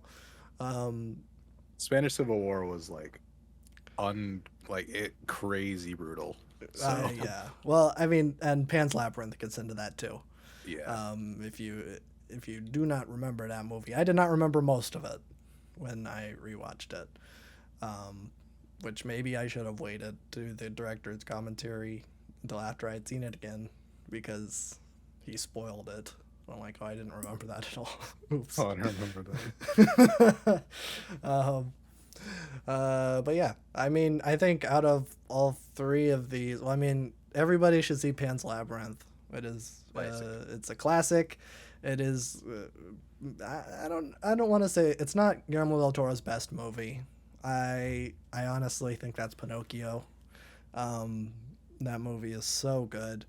If you've not seen it, but Pan's Labyrinth is um, it honestly is it's an example that every single fantasy filmmaker should use as like, and this and Lord of the Rings, why practical effects are so important in creating fantasy elements, and why CG should not replace practical effects in especially fantasy, but I would say in general. And this is coming from someone who does not hate CG. It can be used effectively, but there is no. It is not a replacement for a squib or an actual thing that you create. Which, let's talk about that in concerns to Pan's Labyrinth, because Pan's Labyrinth, it is it is intentionally kind of the answer to Devil's Backbone, because Devil's Backbone takes place at the very end of the Spanish Civil War. Pan's Labyrinth takes place 5 years after the Spanish Civil War. So 5 years into the fascist Spain's regime, which the movie came out 5 years after Devil's Backbone. That's why it's like that. Attention to detail. Yeah, very intentionally released. and there are a couple characters. I don't know if there are a couple characters that carry over, but there are a couple actors that carry over. Theoretically, they could be playing the same characters. Interesting. A couple of the kids from the orphanage are playing a couple of the rebels that are fighting against the fascists. So, could be them from Devil's Backbone. I don't know. But it also just might be that there are a couple of actors that Guillermo del Toro like working with. So, I don't know. He barely brought it up in the director's commentary. He's just like, oh yeah, this kid was in Devil's Backbone, and let me get back to the story that I was telling about why it was hard filming in the forest. Well, like, okay, but I Too many do threes. there were too many threes. Wait, so many. Actually, it was kind of interesting because what he was saying during that, this was like a giant firefight between like all of the rebels and like all of the fascists, and he was like, yeah, all of the blood here is all CG, but there is a very specific reason for it. Was we were shooting in a forest in Spain, and the forest was experiencing the worst drought it had experienced in 30 years. So it was supposed to be this super lush forest that was like, like a fairy tale or something. But everything around in the forest was dead when they got there. So when they had to like make this fake moss and like all this fake foliage that, they basically just had to bring around to all these different locations. And so because of that, they couldn't use squibs. They couldn't like actually get it dirty because they had to use it like later that week or later that day even. So that's why all of the blood in that was CG, which I thought was very interesting. Because honestly, that was kind of surprising seeing a bunch of fake blood in again Guillermo del Toro movie. No, he's kind of known for practical effects, so I thought that was kind of interesting.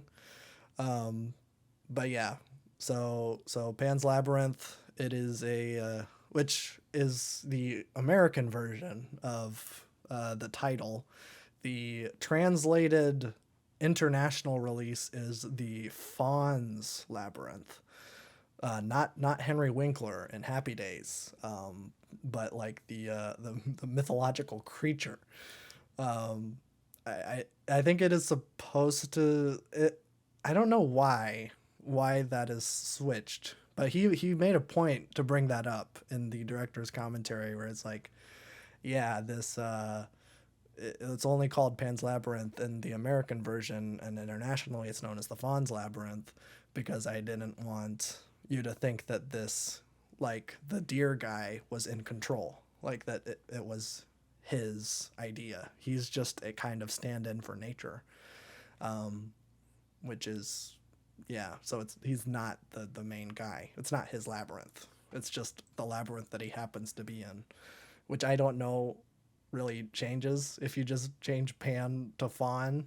I don't know, but yeah, but it's kind of interesting. He implies some interesting theory things that that the deer guy is the pale man, and he may have done that intentionally, which is kind of crazy. Because for those who don't know, like, basically the main character is this girl who is the daughter of this lady who's pregnant, and she is marrying like this fascist like captain guy, and he's over the top evil, but shot in a way that is kind of drab, which was intentional. The way that violence is shown in this movie is so nonchalant, which is something that Guillermo del Toro really wanted to do, just because, at that point, death and killing to the fascists was second nature. So it was just like whenever they kill someone, they just shoot them, and like it isn't like a giant bloody squib. It's not a Tarantino big explosion of blood. it is a little. You see some blood pour out of their shirt, and then they just kind of fall over, and then the fascists like not an emotion on their face. They just like put the gun back in, and then they're off to do something else. Like they are not concerned. This is just something that they do every day. Which I don't know. I'm like, that's pretty dark, but I guess it you know, it's the point he was trying to do, and it makes sense given the context. But yeah, so the main character, she basically has to do all these trials. She is kind of this prophesied as being a princess, in charge of all these mythical creatures. She has to get a key from Big Frog. She has to free some fairies from the Pale Man, which is one of the scariest things ever. That's honestly one of the scariest creatures that maybe anyone has ever created. I can't think of anything scarier than the Pale Man. I would be more or less fine being chased by Freddy or Jason. Those are just stuntmen, and Those are just dudes. those are dudes in masks. Even being chased by like a Chucky or an Annabelle, those are just dolls. Stupid. A spooky nun from The Conjuring, lame. So she hasn't even had sex. She's lame. But the Pale Man, that's a spooky guy. It's so weird because the movie's kind of shot in like this like more Narnia, like more kid friendly like way, and then it's just like that scene, and it's like, what on earth? Yeah. Which I thought it was very interesting. That scene in particular, he was like, I was inspired by Francisco Goya and all of those weird etchings that they found on his Yeah. walls. And I'm like, oh, that makes so much sense. There is a scene because the girl frees the fairies, which is her main goal. She gets this dagger, and then she eats 2 grapes. And, before she goes in, the fawn is like, don't eat anything. He's going to be sitting at this table, and there's going to be so much food. And you have to understand that, like, everybody's on rations. So she is, like, really hungry. And so she sees all this food, and she's just like, I'm going to take 2 grapes. Who cares? Because this is a fairy tale, and everybody makes the stupidest decisions in every single fairy tale, and they always die in the end. And so then the Pale Man wakes up, and he puts the eyes in his hands, and I think it was like a something that Goya wrote, where it was like something that he drew, and he was like, it had eyes in the hands, and it was like very specifically Jesus imagery, because he has the holes in his hands, and you put the eyes in the stigmatas, and then he becomes like, that's how he sees, is he has these eyes in his palms. But the Pale Man grabs a fairy and bites it in half, and it's Saturn devouring his son. I'm like, that is so genius. I never would have noticed that if he didn't bring it up. Yeah, listening to him talk, he is so particular on how all that works, and all of the prosthetics and stuff. It is fascinating listening to him talk. So if you have not seen Pan's Labyrinth, I mean, check it out. It is so good. It is maybe one of the best dark fantasy movies of all time. It makes sense why Warner Brothers was like, we need to get this guy to do The Hobbit. And then Guillermo was like, yes, I would love to do The Hobbit. And then they're like, we want it to be 3 movies. And he's like, I no longer want to do The Hobbit. So, which is unfortunate. I think Guillermo ended up helping writing those movies, but those movies are all shot on green screen, and they don't look good. If anyone wants to have a laugh, there's a very there's a very funny clip of what is it? Ian McKellen? Is that the guy who plays Gandalf? I think so. The Magneto guy, Ian McKellen. There is a behind the scenes little video of him, and I think it's like at the very beginning of the first Hobbit movie, where they're in Bilbo's house, and he's sitting in like a green screen room with a green screen table, and there's nobody else around him, and he has a nervous breakdown because like for some reason they played that clip in some sort of behind the scenes like documentary thing that was on like the disc, and then they interviewed him about it, and was like, what was going through your head in this part where you were having a nervous breakdown on a green screen? And he was like, yeah, I mean, I just felt really bad, like my entire acting career was flashing before my eyes. I'm like, man, yeah, because everything in like Lord of the Rings was like forced perspective and like like a bunch of like prosthetics, and there is CG in there, yeah, but like a bunch of like real sets, and just being in this green screen room just mentally broke him. Um, so that's funny. So watch that video. It's I don't know I don't know what you search. Just search Ian McKellen mental breakdown Hobbit. It probably comes up. Um, so yeah, yeah. Uh, I think that's pretty much it I have to say about Guillermo del Toro. Check out the trilogy. They're all in Spanish mostly, except for Kronos is kind of half and half. Um, I think those are the only Spanish language films that Guillermo del Toro has done. I think the rest of them are in English. I will be seeing Hellboy and The Shape of Water sometime. Um, and then I think I will have seen most of his movies up to this point. I have a lot of respect for Guillermo del Toro. I will probably continue to talk about him going forward, just because I admire him a lot. So yeah, that is my little spiel on him. I don't know when I think the next movie he is making is Frankenstein, his Frankenstein movie, one of his last live action movies that he's going to be making, which was kind of funny because he brought up Frankenstein and fairy tale, like, and being like something that was inspiring him in Pan's Labyrinth. So it's kind of nice that he's given the opportunity to make a Frankenstein movie.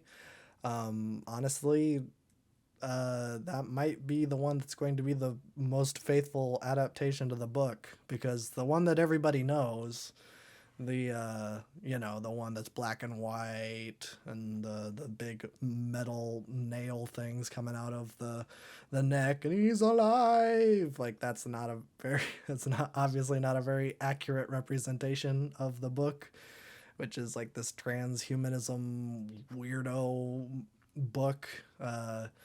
So turning him into a monster is kind of not what the book is about.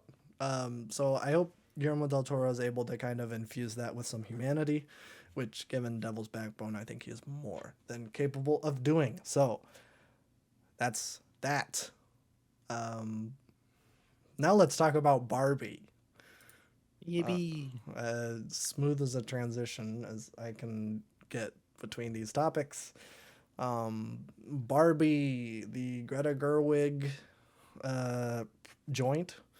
I think I think it was directed by her and then written by her and her husband Noah Baumbach, um, who I don't know if I've seen any of his movies, but he is also a writer director. It's kind of funny. I think he puts her in a lot of his movies, and then I think they co-write a lot of her movies. So they kind of work together, which is nice to see. Um, but what did you think of Barbie? I enjoyed it quite a bit. Yeah. It's as good as a you know product movie can be, I Mhm. suppose. Um, yeah, it was impressive, knowing the thing she was probably served up, where it's like, we want a Barbie movie. Yeah. So I think she did it in a very tasteful way that makes it good art. With the product tie-in actually being pretty well represented and not just a blatant um, marketing for the product, which most definitely all the other IPs that they're going to do now are going to be this. Uh, Unfortunately, she made a really good movie that is going to spawn dozens of god awful movies. Um, Not made by her, of course. No, But no. yeah, no, really good. It was really funny. Like it was genuinely funny. Mm-hmm.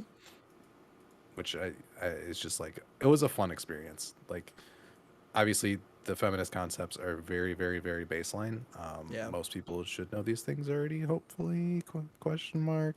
But I still think it was well portrayed. It was funny. It was really entertaining. I love the way she writes.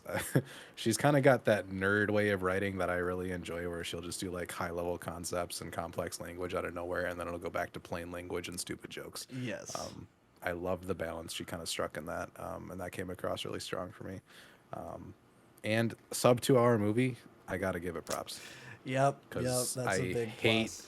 these stupid like too long movies, filler everywhere.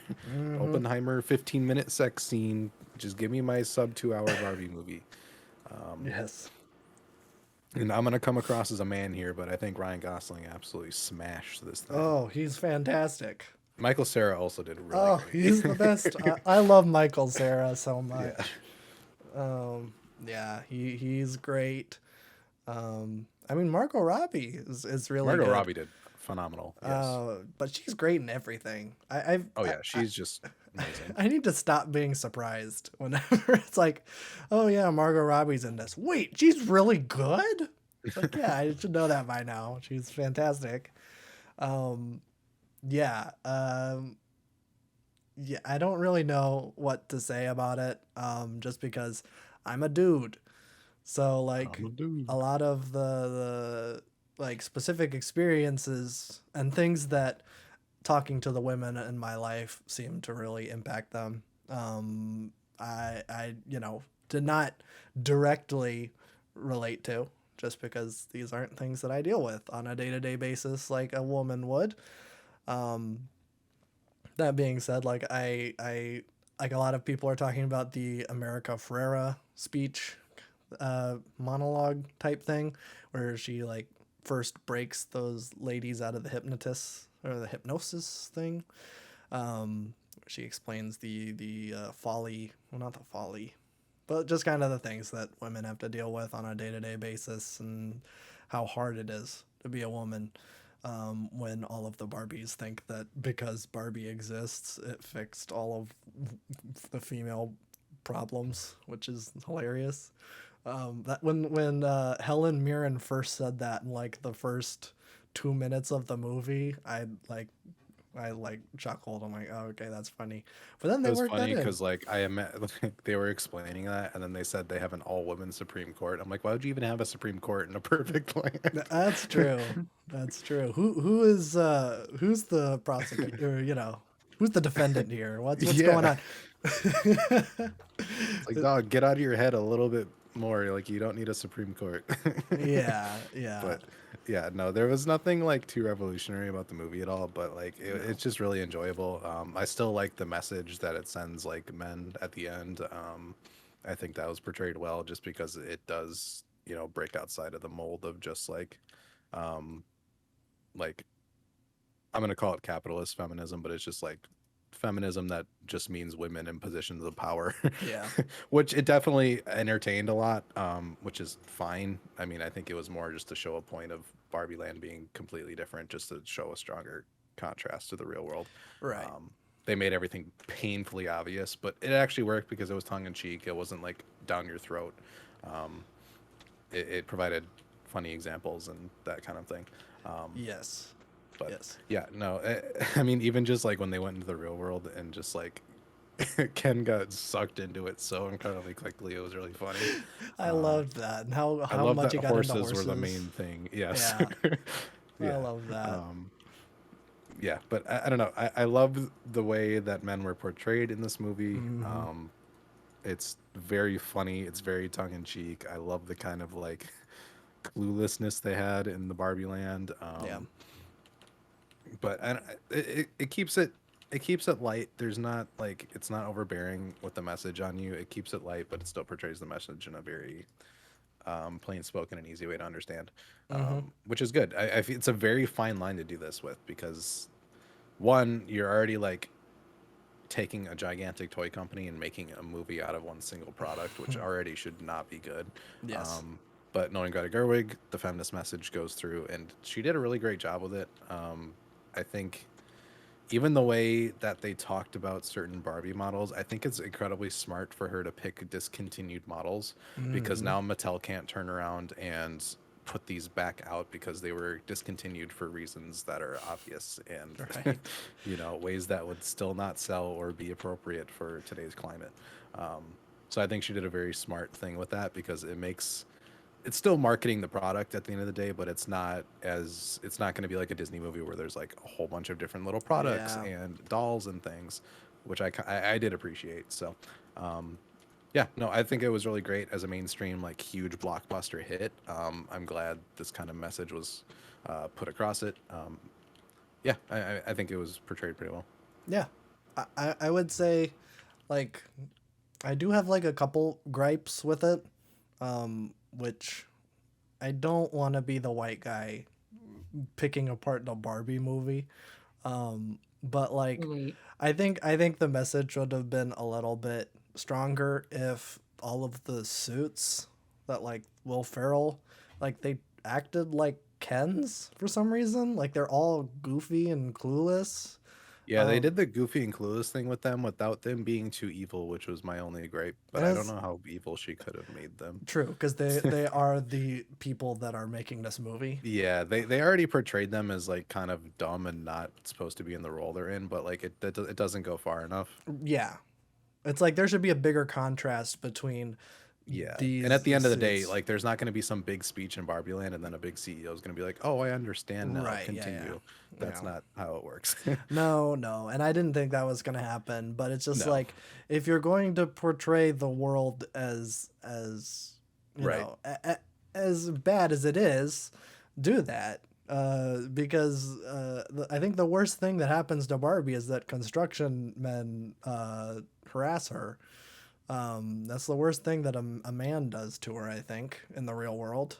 Well, besides the suits putting her in a box, but I don't know what that means. I mean, they literally put her in a They box. I put don't her know in what a else to tell you box, there. and Yeah. uh, I don't know what that was gonna do. Like, was that actually gonna send her back to Barbie Land, or was that like they were gonna like sell her?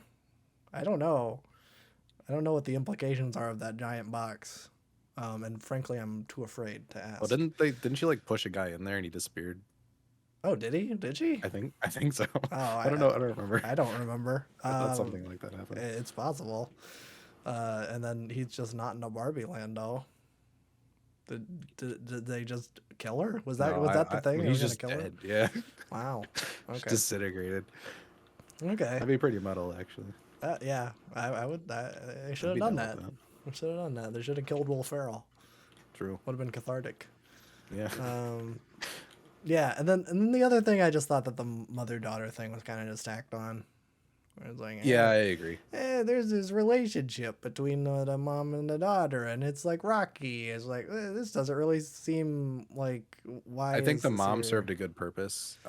Yeah. Obviously she's, integral to the main plot. Hmm. But the whole mother-daughter bonding thing, it didn't come across as good. I didn't really care about that aspect of it that much. No.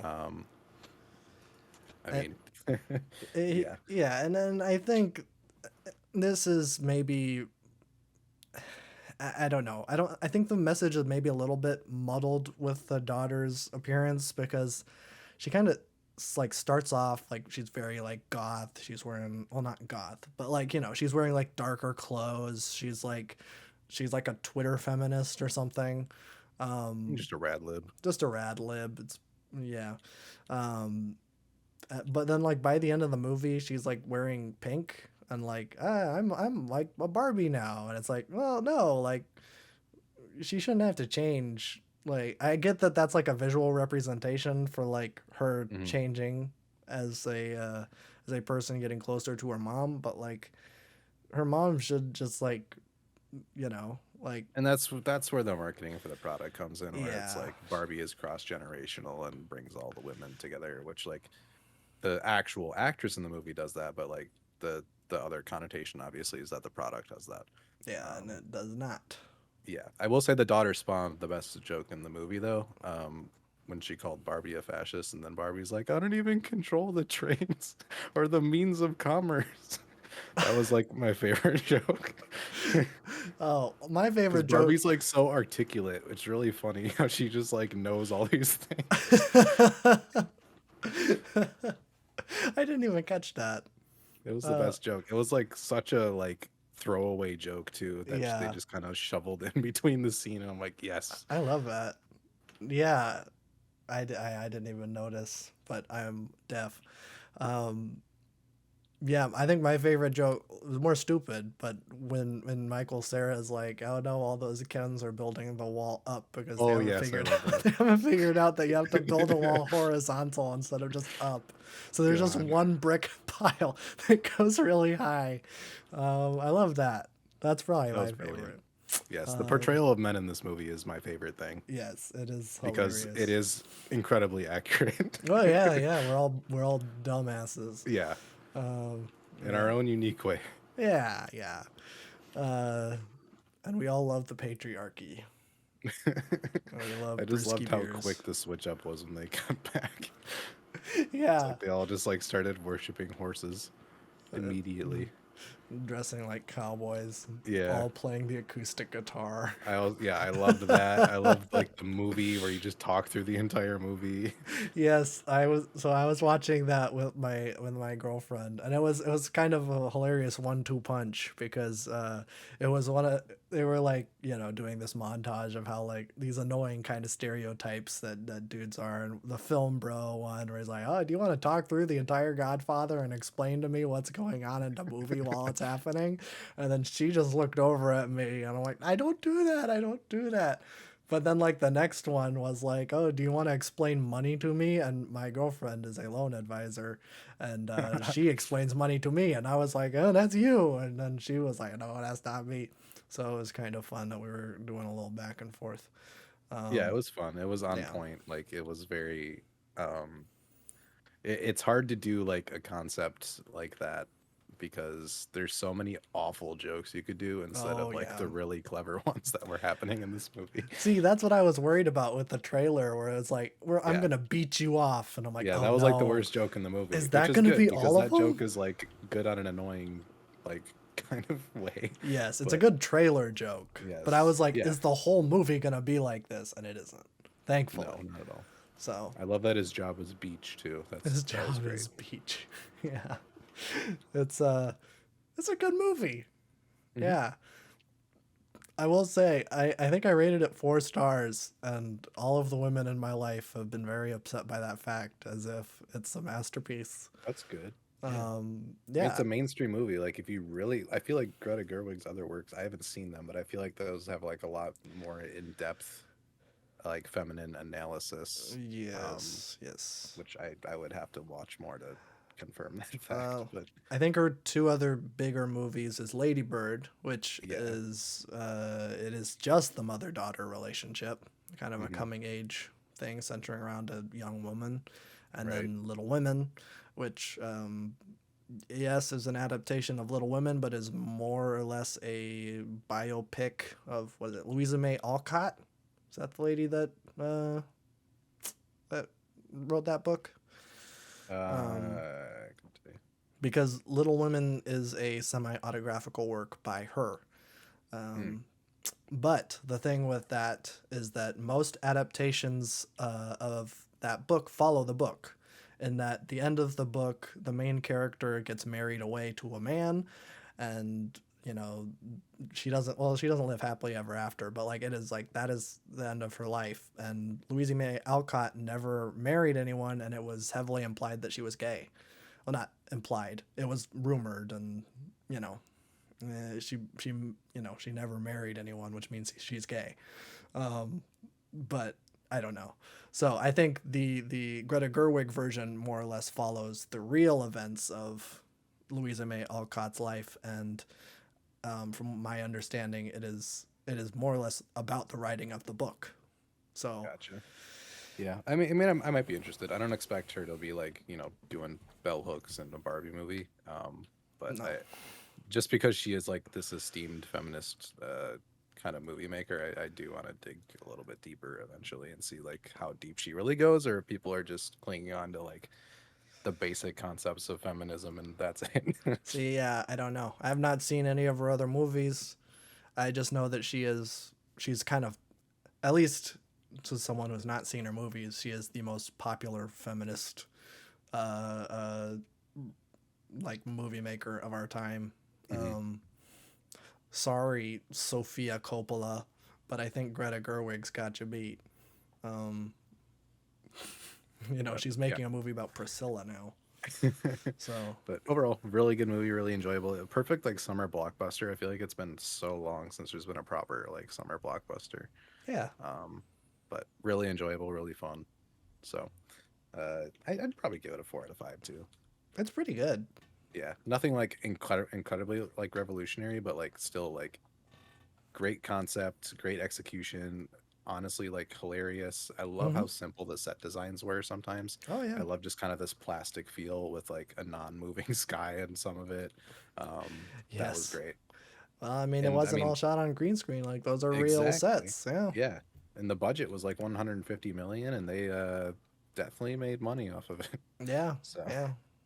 I mean, we need to get back to like modestly. I mean, 150 million is a lot of money, but it is a it is, modestly but not budgeted. compared to, This is not everything else. Avengers Infinity War Right. or Avatar 2. Like we need to get back to this. Like or I would honestly say less. If we can get budgets of like 50 million, like and I know that's the Blumhouse model is that their budgets are dirt cheap so they're guaranteed to make a Hmm. profit, but like there is something to that. Like having limitations, being a Absolutely. scrappy filmmaker, like yeah, like I think that's Even the use maybe of just like the standstill car with the moving background coming back, like it was really, really refreshing. yeah, yeah. It was kind of interesting because they reference Stanley Kubrick in the Hmm. beginning.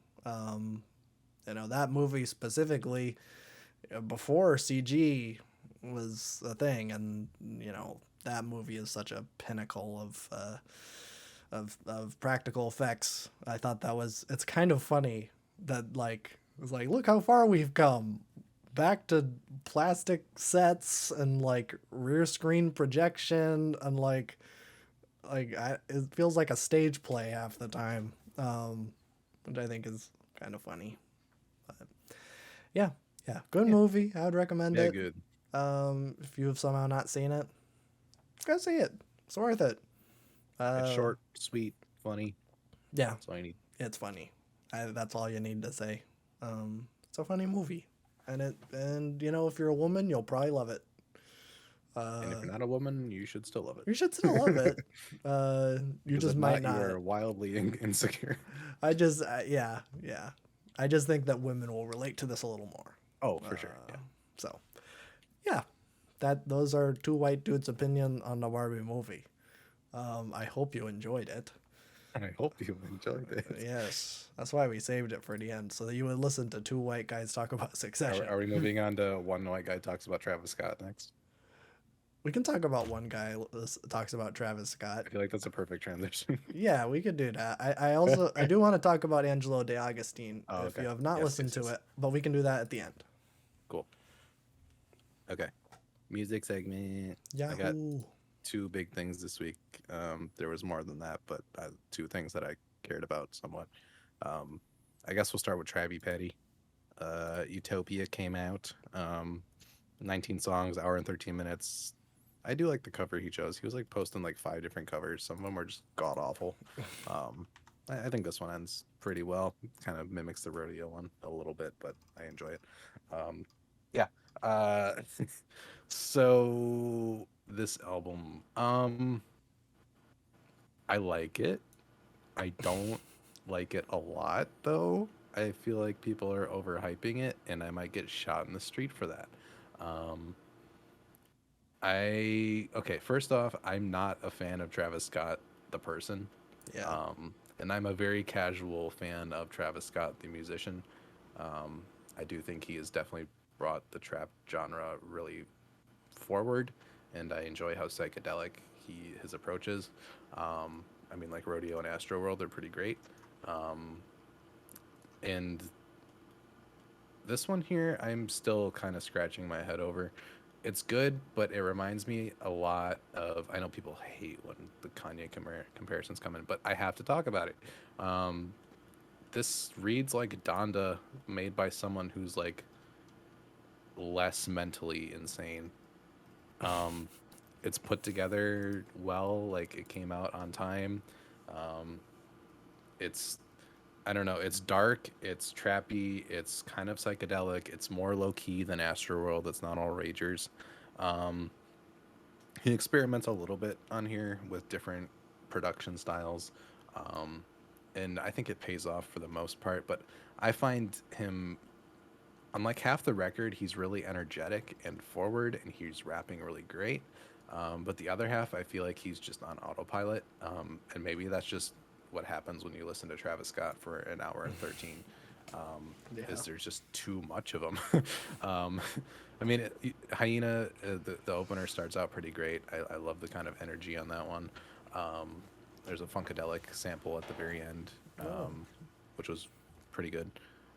So that's a great opener. I don't like Thank God or Modern Jam. Those feel a little bit too skeletal for me. My Eyes is really great. More, it's really like slow and pretty, and it's not what I expected at all. But it turned out really great. There's features all across this thing too.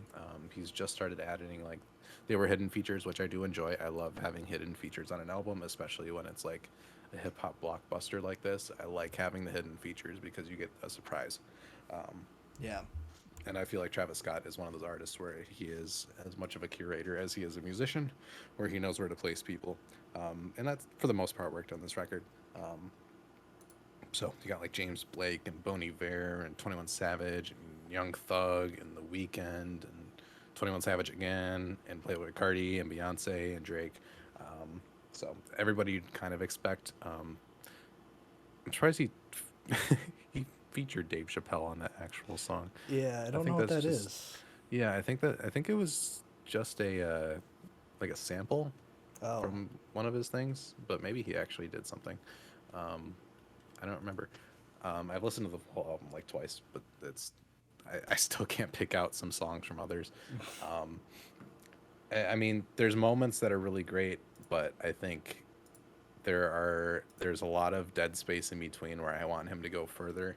It's hard for me too because I don't really care what he has to say, and he doesn't feel like he has a lot to say on this album. I mean, it's Utopia. It's supposed to be this big concept, but he barely touches on it. I mean, we've known the title of this album for 2 years yeah. at least, and I was expecting more of like a an angle on it, or at least like an explanation for it. We don't really get that. We get like one little skit line at the end of one song, but that's it, and it doesn't really provide any information. Um, Especially coming off of this whole Astroworld stuff, um, Yeah. it doesn't read well for him to like one not address it like emotionally at all, and then like two, I don't know, it just feels awkward, and I feel like a lot of people have forgot about it because they have this shiny new Travis Scott album in front of their face. Mm. Um, but to me, I just don't see his personality coming through in half these tracks. Like his lyrically, he's not good. We know that. That shouldn't be a hot take. He's not meant to be lyrically good. He's meant to have a flow, and back up his production. That's fantastic, which is not him producing for the most part. But there are tons of collaborators on this. I think Alchemist and all the big names you can think of for producers are on this thing. Um, it's very like it's good, but it's not great, and I think it's getting overhyped. And I think 6 months down the road from now, people are gonna go back to Rodeo or Astroworld, specifically Rodeo, and see how much better it is than this thing. Um, I do like the ambition through doing some different experimentation with songs. Some are slower, some have just like very weird things that you wouldn't expect Travis Scott to do. Um, there are some songs that like literally sound like Kanye songs, which isn't great because I mean I know Travis worked on Yeezus, but like I think he literally used the OG "I Am a God" beat as one of the songs, um, which is not great. It's too derivative for what I want. I want a full-on psychedelic immersive experience when I get Travis Scott. And this album felt like it was kind of like just kind of meddling in certain little areas, but was too shy to like fully commit to it. Um, so it just comes out a little bit muddy, a little bit dark for me. Um, I will say Meltdown with Drake, they tried to do sicko mode again. I wish they would have done a different song structure instead of have Drake come in, have Travis Scott come in, beat switch Drake, then Travis Scott. They did the same exact formula. Drake has really weird lines on this. He's got this weird flow that he's stealing from someone at this point. I don't know. It's not very good. He comes off awkward. Um, but that's just kind of how Drake's been the past 3 years. So I can't really. But like Right. when I have Drake and Travis Scott together, that's a god combo. I expect great lines that are at least funny or laughable. Right. Sicko mode is extremely memorable. Drake's lines aren't great, but they're really funny and they stick in your head, and it's perfect. Yeah. That's what Drake does best. Wasn't getting it on here. I will say Fiend with Playboy Cardi is awesome. Playboy Cardi does a great chorus, and then he does like a really weird, awkward low voice for his second or third verse. It's just quirked up enough where I'm like, yeah, I mess with that. So that one's one of my favorites. I'm missing energy from Travis Scott. Astroworld was great because he knew how to do features in a way that were exciting and added to the overall experience. Plus, the Astroworld theme was actually expanded upon throughout the whole record. You can tell how whimsical and crazy and all over the place it was. And it sounds fantastic, and the features are perfectly placed. Here, it's like, I feel like I'm kind of like got a fog of war around me. I don't really know what the big concept is. I'm just kind of listening to these songs. Um, the one with Beyonce was pretty good. I don't go back to it too much though. It's really weird for a Travis Scott song. Um, I Know was fantastic. He does really great on that one. Topia Twins is really mid. 21 Savage carries that song but can't really save it. Um, Circus Maximus is literally a Kanye West song. I don't want to make comparisons again, but I will. It's literally a Kanye song with The Weeknd and Sway Lee on it. Which having The Weeknd and Sway Lee on the same song, I also don't know if I really need because those two serve the Pretty same purpose. similar. Yeah. Yeah. Parasail's cool. I do like how chill that song is. I think my favorite song though is Lost Forever because Westside Gunn's on it and completely washes Travis Scott like out of his entire album. Alchemist produced beat. Travis Scott takes the first half, beat switch. Westside Gunn comes in and just absolutely obliterates him. Um, Fantastic song. I love the change of energy. I was like, I was jamming to the album, but like once Westside came in and that beat switch, I'm like, okay, this is what I wanted. I want this kind of energy and fun and switch up in unexpected moments. Um, then you have Love with Kid Cudi, which again sounds like a Kanye song. Uh, K-pop with Bad Bunny and The Weeknd is bad. Everybody knew it was bad. I don't know why he kept it on the album. He should have took it off after he released the single and people didn't like it. Telekinesis with SZA and Future's pretty great. And then the closer is also pretty great. So, I mean, it's a good album. I'm not gonna like, you know, I'm harping on it hard because I do expect a lot when people hype up Travis Scott to this level, especially after all the things that have happened with him in the past couple of years. I'm just not seeing it on this record fully. I feel like he could have a really good concept here, but like I'm just not getting enough interplay between songs. There's no high concept that he expands upon. He's not really saying anything meaningful. He's just kind of doing his thing. And I expect after all the things that have happened the last couple of years, he has to have something to say. The only thing like that I picked up on in the Drake song was like he was talking about how people thought he was Satan because he was like there was like this weird conspiracy theory with freaks on the internet after the Astroworld thing where they were like comparing Travis Scott to the devil and like looking at the Oh. stage design and seeing like triangles and 666 and whatever. So that was the only thing I picked up on, which I'm like, come on, I need more. Yeah.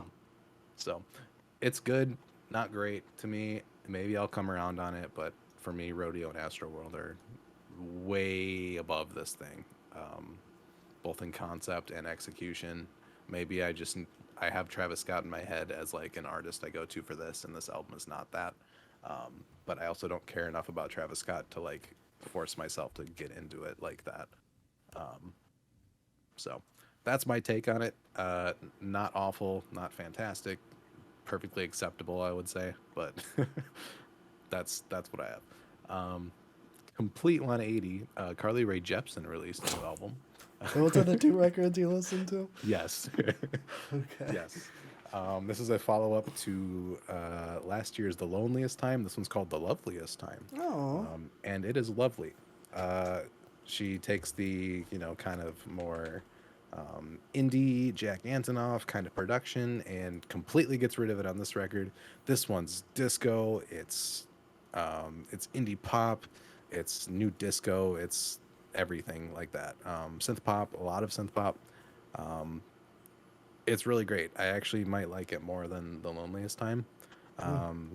because she is just so good at choruses. I can't understand how she's done this many records and like the choruses are consistently fantastic every time. I think that's a big reason why Emotion was like the pop record of last decade to most people.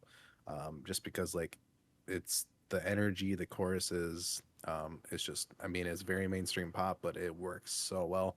Um, but this one, it's like it starts a little slow for me. I'm not like huge on the first two or three songs, but then like track four all the way through track 11, just absolutely bang.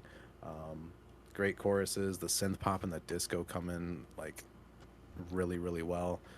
It reminds me of the Barbie movie because it is just bright and poppy and fun and plasticky in all the best ways. Mm. Um, so I really enjoyed it. I need to listen to it more. But I mean, it's so weird that I have to come out and be like, "Hey, I care about this Carly Rae Jepsen album a lot more than this Travis Scott album." But that is my take on it. I think Collage and Psychedelic Switch are probably the best songs on here. Psychedelic Switch being my favorite one. Mm. One of the best songs this year, even. Wow, even better than the Little Yachty song. Maybe, I don't know. I haven't listened to that one in a while, honestly. Um, but the energy on that song is fantastic. She plays with some auto tune. It's really good. I like that she kind of went more experimental with this record. I feel like The Loneliest Time was, she had a concept. She kept to the theme of it very closely, and it worked. For most cases. I forgot Beach House is on that record. I hate that song. Um, anyways, but this one, she sounded like she was just having fun with it. Tried a lot of different things. Song structures were different. I think I just love her over synth pop and like this kind of more disco aesthetic, because she just has like a bubbly personality and it comes across in the music so well. Yeah. So yeah, very good. So definitely check that one out. Check out Utopia if you want. I don't care. I probably won't talk about it again. Wow. So, other than that, I've been listening to that Neutral Milk Hotel record because that is fantastic. I have too. So Yeah, good. but Yeah, that has been that's all I have for music. I like the new Angelo De Agostine record. I still need to The listen to it. I keep forgetting. Oh, it's so good. Um, and it's kind of I would say it's criminally underrated. A lot of these songs are like under 30,000 plays. Um, which I understand that Sufjan is not attached to this one. Yeah, but do you think So, like after the Sufjan boost, he'd have a little bit more clout going into this one? Or maybe he does. I don't know what yeah. his numbers look like Well, normally. I don't But know. Okay, so there's this album that he has called Doom, and I swear it's Chris Chan, but I don't think it's Chris Chan. I think it's a picture of him when he was a kid, but it's the red turtleneck, and I think there's a snake on his shoulder, and it looks like the chain of a Sonichu necklace, and there's like a yellow thing on his shirt. So at oh first yeah, I glance, do it see looks that. like a sonnet, like a young Chris Chan. Yeah, that's unfortunate. I doubt he knew about that when No. he made the record. But Toil and Trouble is the one that came out this year. I think that has been, I've probably listened to it every day that I have been at least at work, I listen to it at least once a day. Hometown is like a really, really good opener. And then all these songs blend together because I'm not looking at the titles ever when I'm driving my truck, and then I don't listen. But yeah, Yeah, sorry. So I don't know which one is which. I really like Hometown. I like The Painter, and I like The Closer, Toil and Trouble. Those are kind of my big ones.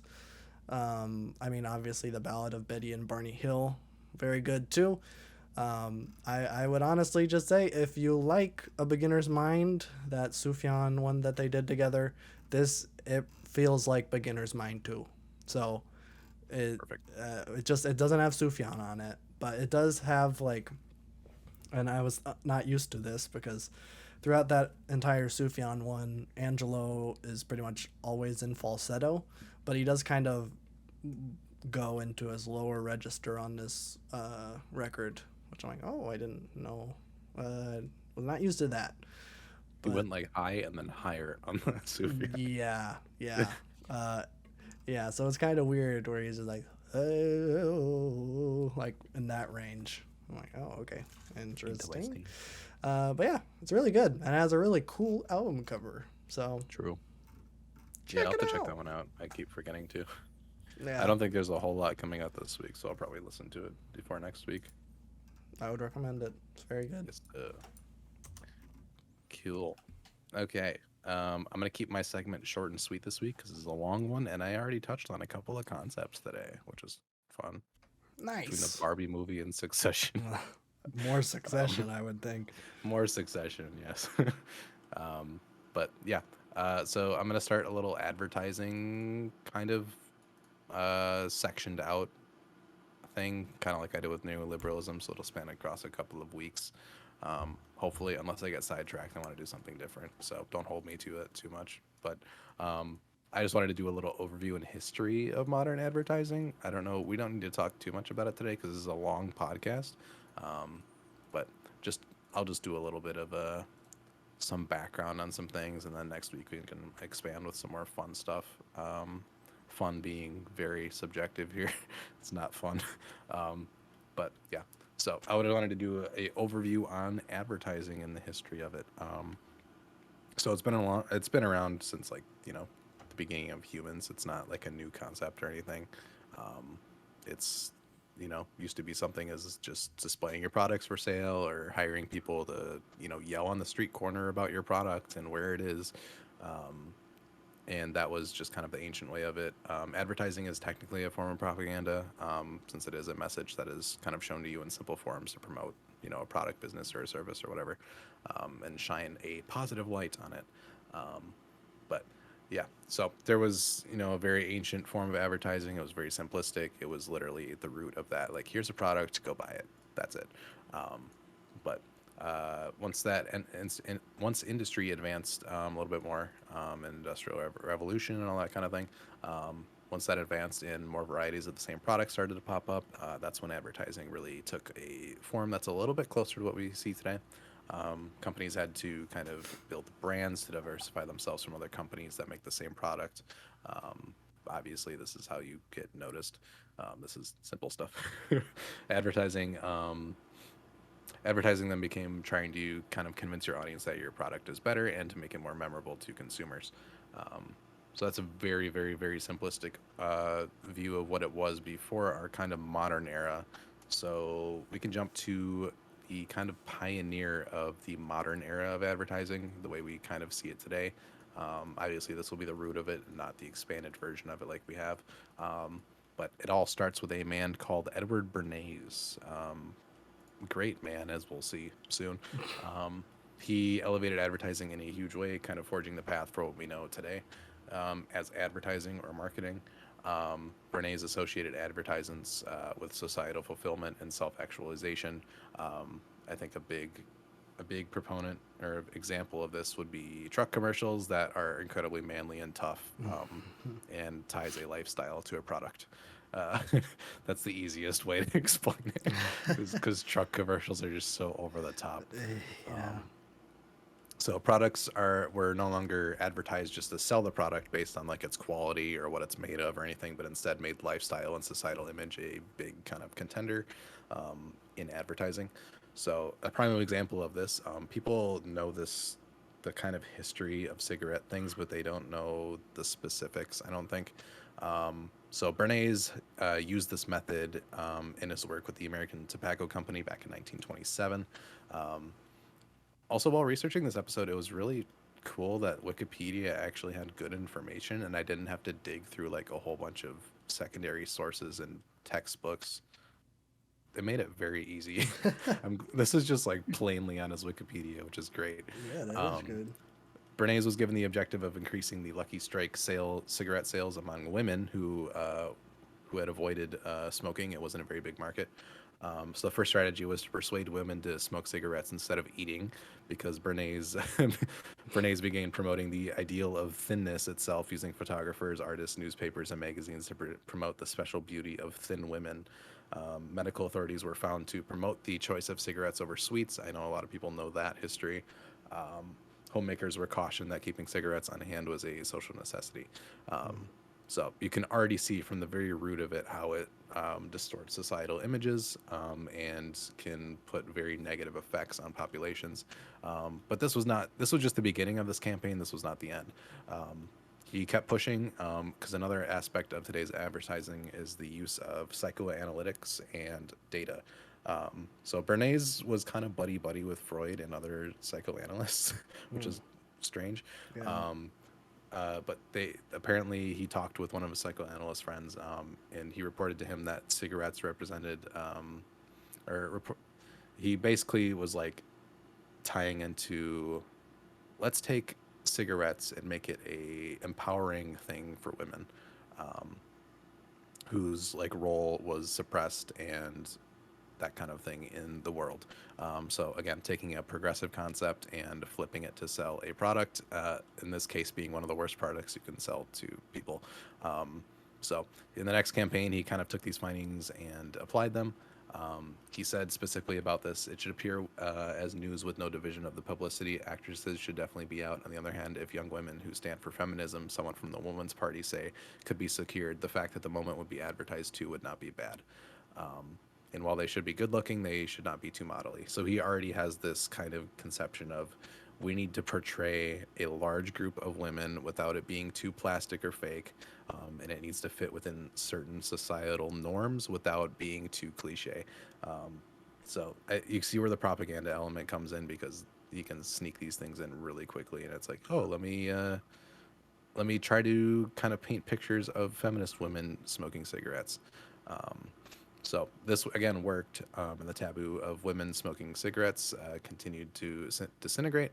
The next obstacle was the color green, which is strange. So in the 30s, Bernays was asked to deal with women's apparent reluctance to buy Lucky Strike cigarettes because of their green and red packaging, which clashed with standard female fashion at the time.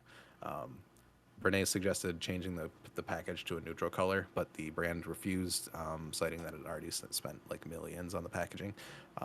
So instead of Bernays just taking an L, he's like, nah, I'm going to make green a fashionable color. So he put together an entire ball called the Green Ball, which was a social event. And the pretext for the ball is, and its unnamed kind of host, was that proceeds would go to charity. So famous women would attend wearing green dresses. Manufacturers and retailers of clothing and accessories were advised of the excitement growing around the color green and started making more green items. Intellectuals were enlisted to give highbrow talks on the theme of green.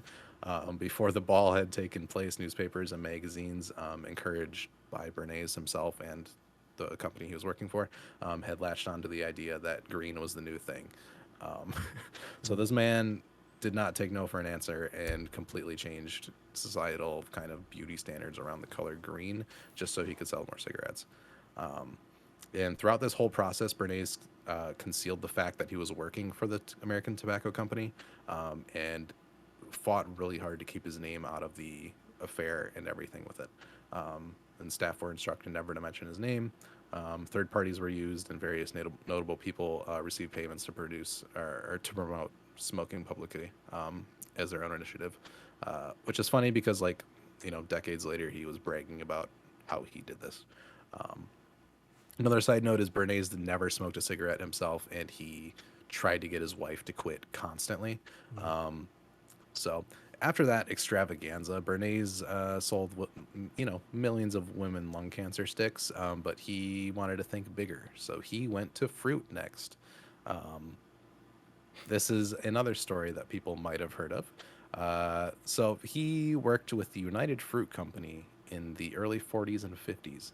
United Fruit Company is the old name for the Chiquita brand of Uh-oh. bananas. So he was tasked with the purpose of promoting banana sales within the U.S., which he did by linking bananas to good health and to American interests by placing them strategically in the hands of celebrities, hotels, conspicuous places, blah, blah, blah. Um, Bernays argued that the United Fruit needed to put a positive spin on the banana growing countries themselves, and for this purpose, created a front group called the Middle America Information Bureau, which essentially just supplied information to journalists and academics. Um, so United Fruit shut down this bureau in 1948 under a new president, and Bernays did not like this change, but stayed with the company and was paid a lot of money. He was paid $100,000 annually, which in today's money is a lot more than that. Um, Bernays worked on the national press and successfully drummed up coverage on Guatemala's communist menace, which they didn't even have a communist government at this point. I should note this, and they never really have. He recommended a campaign in which universities, lawyers, and the U.S. government would all condemn expropriation as immoral and illegal, and the company would use media pressure to induce the president and State Department to issue a policy pronouncement comparable to the Monroe Doctrine concerning expropriation. So in the following months, the New York Times, New York Herald, Time, Newsweek, Atlantic, all published articles describing the threat of communism in Guatemala. Bernays said in 1951, recommended that the wave of media attention should be translated into action by promoting a change in present U.S. Representation, the imposition of congressional sanctions in this company against government aid to pro-communist regimes, U.S. government subsidies of research by disinterested groups like the Brookings Institution. So essentially, he's like, all right, paint these guys as a bad guy, like as much as you can. All these publications went with it, intellectuals went with it, etc. So with the strategy, United Fruit distributed favorable articles and an anonymous report on Guatemala to every member of Congress and to national opinion molders. They also published a weekly Guatemala newsletter and sent it to over 200 journalists, some who used it as a source of their reporting. If you go back in the podcast weeks and weeks and weeks ago when I was talking about North Korean propaganda, this is the same strategy that is used today, where they go through all these academics and these kind of papers that aren't, scientifically sound, but you can include these as sources in your articles to other articles, so it leaves like a really big paper trail to the actual source, which is not true most of the time. So in January 1952, he brought a cohort of journalists from various newspapers on a tour of Guatemala, sponsored by United Fruit Company. This technique proved highly effective, and it was repeated 4 more times. Jumping forward a little bit, 1954, the CIA did a coup on Guatemala and backed a military junta force, which was a ultra right wing force with a psychological warfare campaign to portray a military defeat as a foregone conclusion. During the coup, Bernays was the primary supplier of information for newswires and international publications. Following the coup, Bernays built up the image of Guatemala's new president, again, this right-wing dictator freak, giving advice for his public appearances both in Guatemala and in the U.S. And then he also produced a pamphlet that outlined communism versus the Christian way. He came up with the idea of widely disseminating the teachings of the communists with those of the church. He wrote in there that hate is the driving force of communism, whereas charity is the impelling motive of Christianity. And under communism, there is no moral law and no personal liberty, whereas in Christianity, the moral law is the way which man is created to follow, and free will means liberty is possible, the liberty of the sons of God to do the right. So essentially, like, started as a marketing campaign, ended as a coup on Guatemala to sell more bananas to the U.S. public. Let's go. Yeah. Insane dedication, I will say. But yeah, so that's the history on the man who kind of created modern advertising, which is a really great figure to kind of base, today off of, um, a real role model, to kind of jump off of. It's someone who's like thought of incredibly like dangerous ways of promoting products, um, incredibly smart, but like at the same time awful, just awful.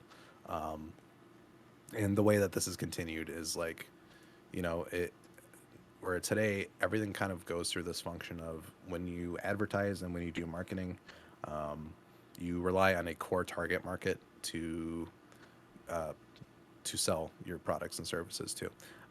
And this target market is determined off of tons of data, psychoanalysis, societal norms, lifestyles, etc. Um, so it kind of takes this skeleton that Bernays started and fleshes it out to a point that's almost beyond comprehension. Um, as we are advertised to in every segment of our lives anywhere, you are probably seeing an advertisement more than you are not seeing an advertisement. Um, it's really depressing. We'll talk more about that next week since, we'll be more awake and not out of a 2-hour podcast. Um, but that's just a little history on it. Next week we'll dig into some specifics, and more of like, because I do marketing, so I have a lot of insider stuff here. Mm-hmm. But yeah, I just wanted to, be like, hey, here's a little history, and here's someone who helped overthrow an entire government to sell bananas, and that's the model we're keeping with today. So, Is do you know if this guy is what inspired Don Draper from the Mad I Men? I don't know. I have not seen Mad Men, so I would not I be I able to have tell not you. either, but I thought that he worked for a cigarette company. It could be. I don't know. Yeah, I don't know. But yeah, this is where the cigarettes are good for your health thing started. Yeah, That ran until like the 50s, until that was like, eh, maybe we shouldn't do that. yeah. Then they just jumped on to, things that aren't as harmful, but just as harmful. Right, right. So, yeah. But that's all I have. Interesting. We are going on a long podcast, so that was jumbled. But next week will Extremely be long. a little bit more concise and make more Yes. sense, probably. Yes, yes, yes. Next week will be shorter, for sure. Yes. We're As going. we always say. Well, no, I don't think. I think this might be the longest one we've done in recent memory. Oh, Over 2.5 hours. Big boy. Big boy, but we had a lot to say. So it's good stuff. It's good stuff. Yeah, a lot of good discussions here. I don't think. Well, I'm not going to see Oppenheimer, so I don't know. I might. I don't know. We'll see what we're doing this weekend. I'm just, yeah, I'm still done. It's a big time commitment. It is, and I don't get much time off, and I don't want to spend my time off Exactly. sad and or mad. I did see, and I'm not sure if this is true because I've not seen the movie, but I did see someone tweet that the movie makes the point that the bombs had to be dropped on the Japanese, otherwise the war wouldn't have ended. I don't think you could get the movie made through a major studio without that message coming through. Yes, it's very Unfortunately, disappointing. because I'm sure they used a lot of U.S. military equipment, and you need the military's clearance on that. Yeah, which is So. a lie. Yeah, so that was like pretty much the nail in the coffin where I'm like, okay, if that's the narrative this movie is like the takeaway, it's like I'm not, definitely not. I think it'll still be a good character study, but yeah, I'm sure it is. I'm sure it's a good movie. I'm just not going to see it. no, yeah. Once I see it, then we can Sure. tear it apart or Yeah. praise it or somewhere in the middle, most I've likely. I've heard it's good. Oh yeah, I'm sure from it's good. from people whose opinions I respect. It's just I'm not going to see it. No. Yeah, so I don't think I'm going to be going to the theater. I don't think I'm going to be talking about anything new. We might talk about Oppenheimer if you see it. Otherwise, I don't know. I don't know what next week is going to have. I don't have any plans in terms of movies I'm going to see. I just wanted to watch the box set that I got So that's why I did the Guillermo del Toro stuff. We'll see. We'll see what I feel like watching. But So that's it. That's it for the podcast. Check out our video on Neutral Milk Hotel if you haven't. We're back. Next week, Janet Jackson. So yippee. there's that. And yeah, I think that's it. We'll close this ish out. Bye.